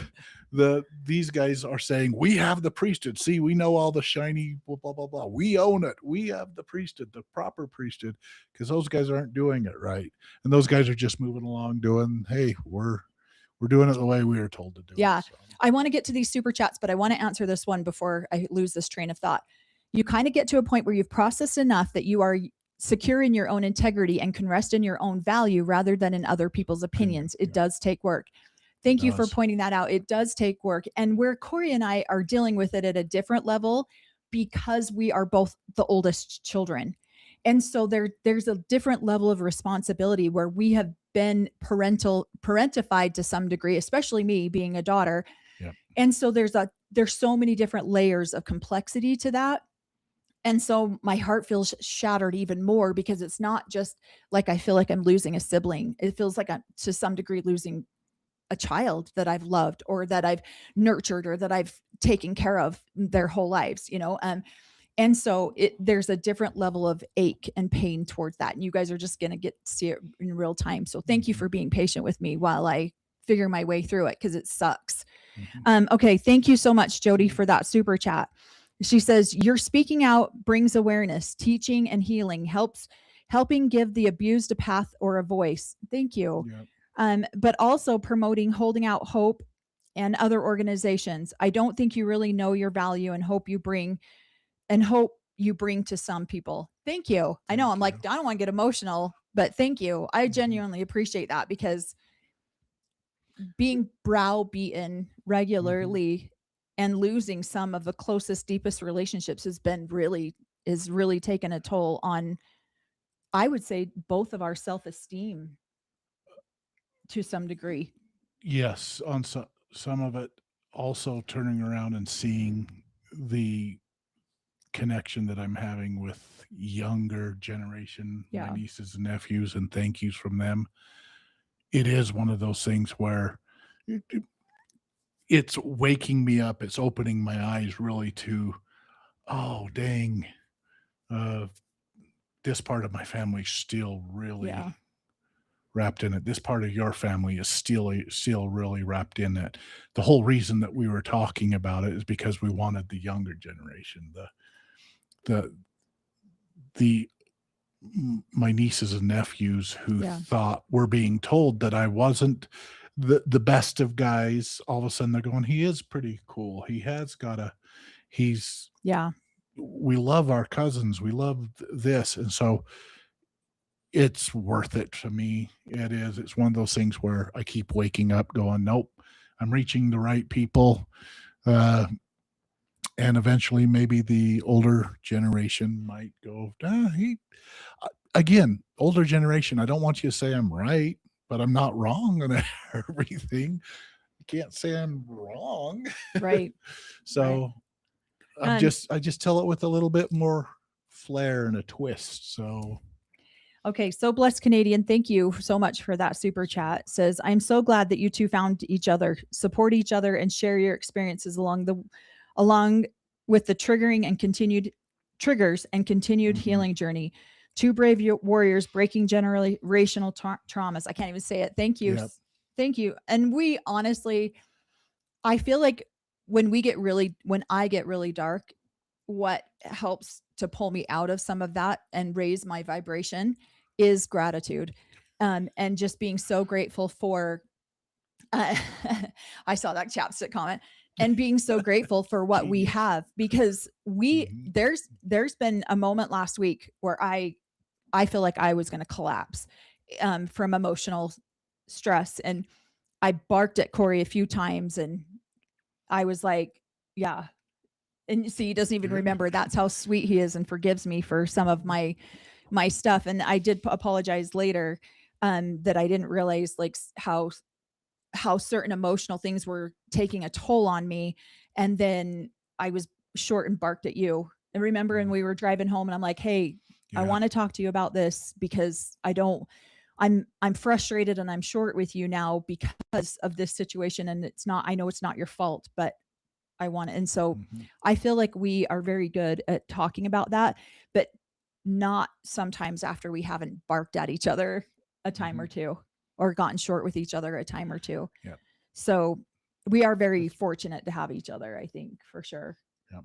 Especially on these, when some of these things get super dark. Yeah. To realize that we're both on the same path. We're both learning too how to do it. And that's what I enjoy. Sometimes I'll get frustrated with something that's going on in my life, and it's like, wait a minute, why am I frustrated? Oh, because I didn't do that either. So and so I need to speak out more. I need to let people know around me that I care about them, that I love them, and that some of these dogmas I absolutely disagree with. So sorry, I disagree with your opinion on that. I have a different opinion on it, where in the past I've just been silent about it and just went my own way. So I'm learning to speak out and speak more my truth. I know, and I'm so proud of you. You've been doing so good. I love, so I thank you. Appreciate it. I do. I definitely appreciate it, because one of the things, again, we bought an app and we downloaded it onto our phones about our relationship, so that it's a daily reminder because of all of the things that are going on around us with our family members and everyone having issues. Sometimes it's easy for us to get caught up in that because we're, again, the oldest. And so we downloaded this daily app where we can answer daily questions about our relationship. And I feel German. Like, Duolingo. No, it's not Duolingo. But it's one of those situations where it makes us pause for a moment and then think about our relationship. Yeah. And be conscious about, I do appreciate him when he does this. And this frustration that I have has nothing to do with him. And I have been frustrated and taking that out on him. And so we went to our granddaughter's school program, and on the way home, I was like, I got to talk to you about this. This isn't your fault. I just have been frustrated and I'm taking it out on you. So we've been very fortunate to have each other. And we're processing through some of this as we're going. And if we're going to talk about healing, we're going to show you guys some of the messiness about it along the way, and releasing some relationships. We've been doing that lately, and it's been a little bit rough. So we are going to, let's see. We're going to start wrapping up here, because it's been 3.5 hours now. The mental gymnastics sorry. I wanted to get to this. Paired is a great relationship app. That's exactly the one that we did. Paired is a great relationship app, helpful for communicating and connecting. That's the exact one that we did. So thank you. There we go. I'm like, why am I not seeing these comments? Corey, you're a great man. What a cool uncle. Both of you are so brave to share with us. And although you may have lost some relationships, it's all worth it for future generations. Have a good day. Yeah, thank you. And honestly, with us, those are not relationships. We've found, as we've let them go, they're relationships that we've had to put more work into than that has pulled from our souls. Yeah. Haven't lost them. Eventually they're going to realize how cool I am and want to be cool. Come hang out with me again. But right? Yeah. We'll answer this one last question and then we'll wrap up. How do cultists keep their clothes so clean? They use brainwash. That's genius. That's very funny. I know. I'm like, this is such a Corey joke that we have to put this one up on the screen before we wrap up. Good. So thank you guys so much for keeping the chat so respectful. We really appreciate it. If you want to follow us on any other social medias, we are on Instagram. So we try to do a little bit more updates on there. Try to show a couple of little baseball clips with no little kids' faces. But yeah, so we're all of our social media is Notes to Self 444. And thank you guys for being so appreciate or so respectful. We really genuinely appreciate it. And hopefully we're getting back out there. So yeah, thank you for liking, sharing, doing all the fun stuff with we are going to do a book club. I promise you that. We're going to do Becoming Sister Wives. We're going to make it happen. I just wasn't sure like before Christine came on our channel, but I'm going to have a conversation with Christine and ask her about it before we actually get it started. So we will definitely be doing that soon. So watch for that. Hopefully we'll start that up, and I want to kind of do it before season 21, because I think I heard somewhere that season 21 is the final season, but I don't know that for sure. But yeah, we're gonna definitely get that done, and we're getting that much closer to getting Christine on our channel. So it's going to be fun. I'm excited to see that. So thanks, Jessica. Yeah. If you can hype us too. Oh yeah. Maybe we'll get back out there. In front of people again. Yeah. Because again, as you guys know, our channel was demonetized and suppressed. So this last Sister Wives video, we did dozens of comments of people saying, I had no idea you guys were even still out there. So we're here. Thank you for sharing us, liking us, subscribing to us. The AUB sent the buffetings of Satan towards us. So Satan apparently was helping to monetize our stuff. So and it's not like we didn't make that much money either. So who's working for Satan there, AUB members? But yeah, thanks for doing his work. Yeah. So everyone have a great week. Watch for some more of our Sister Wives recaps that we'll be putting out over the weekend. So everyone have a great night.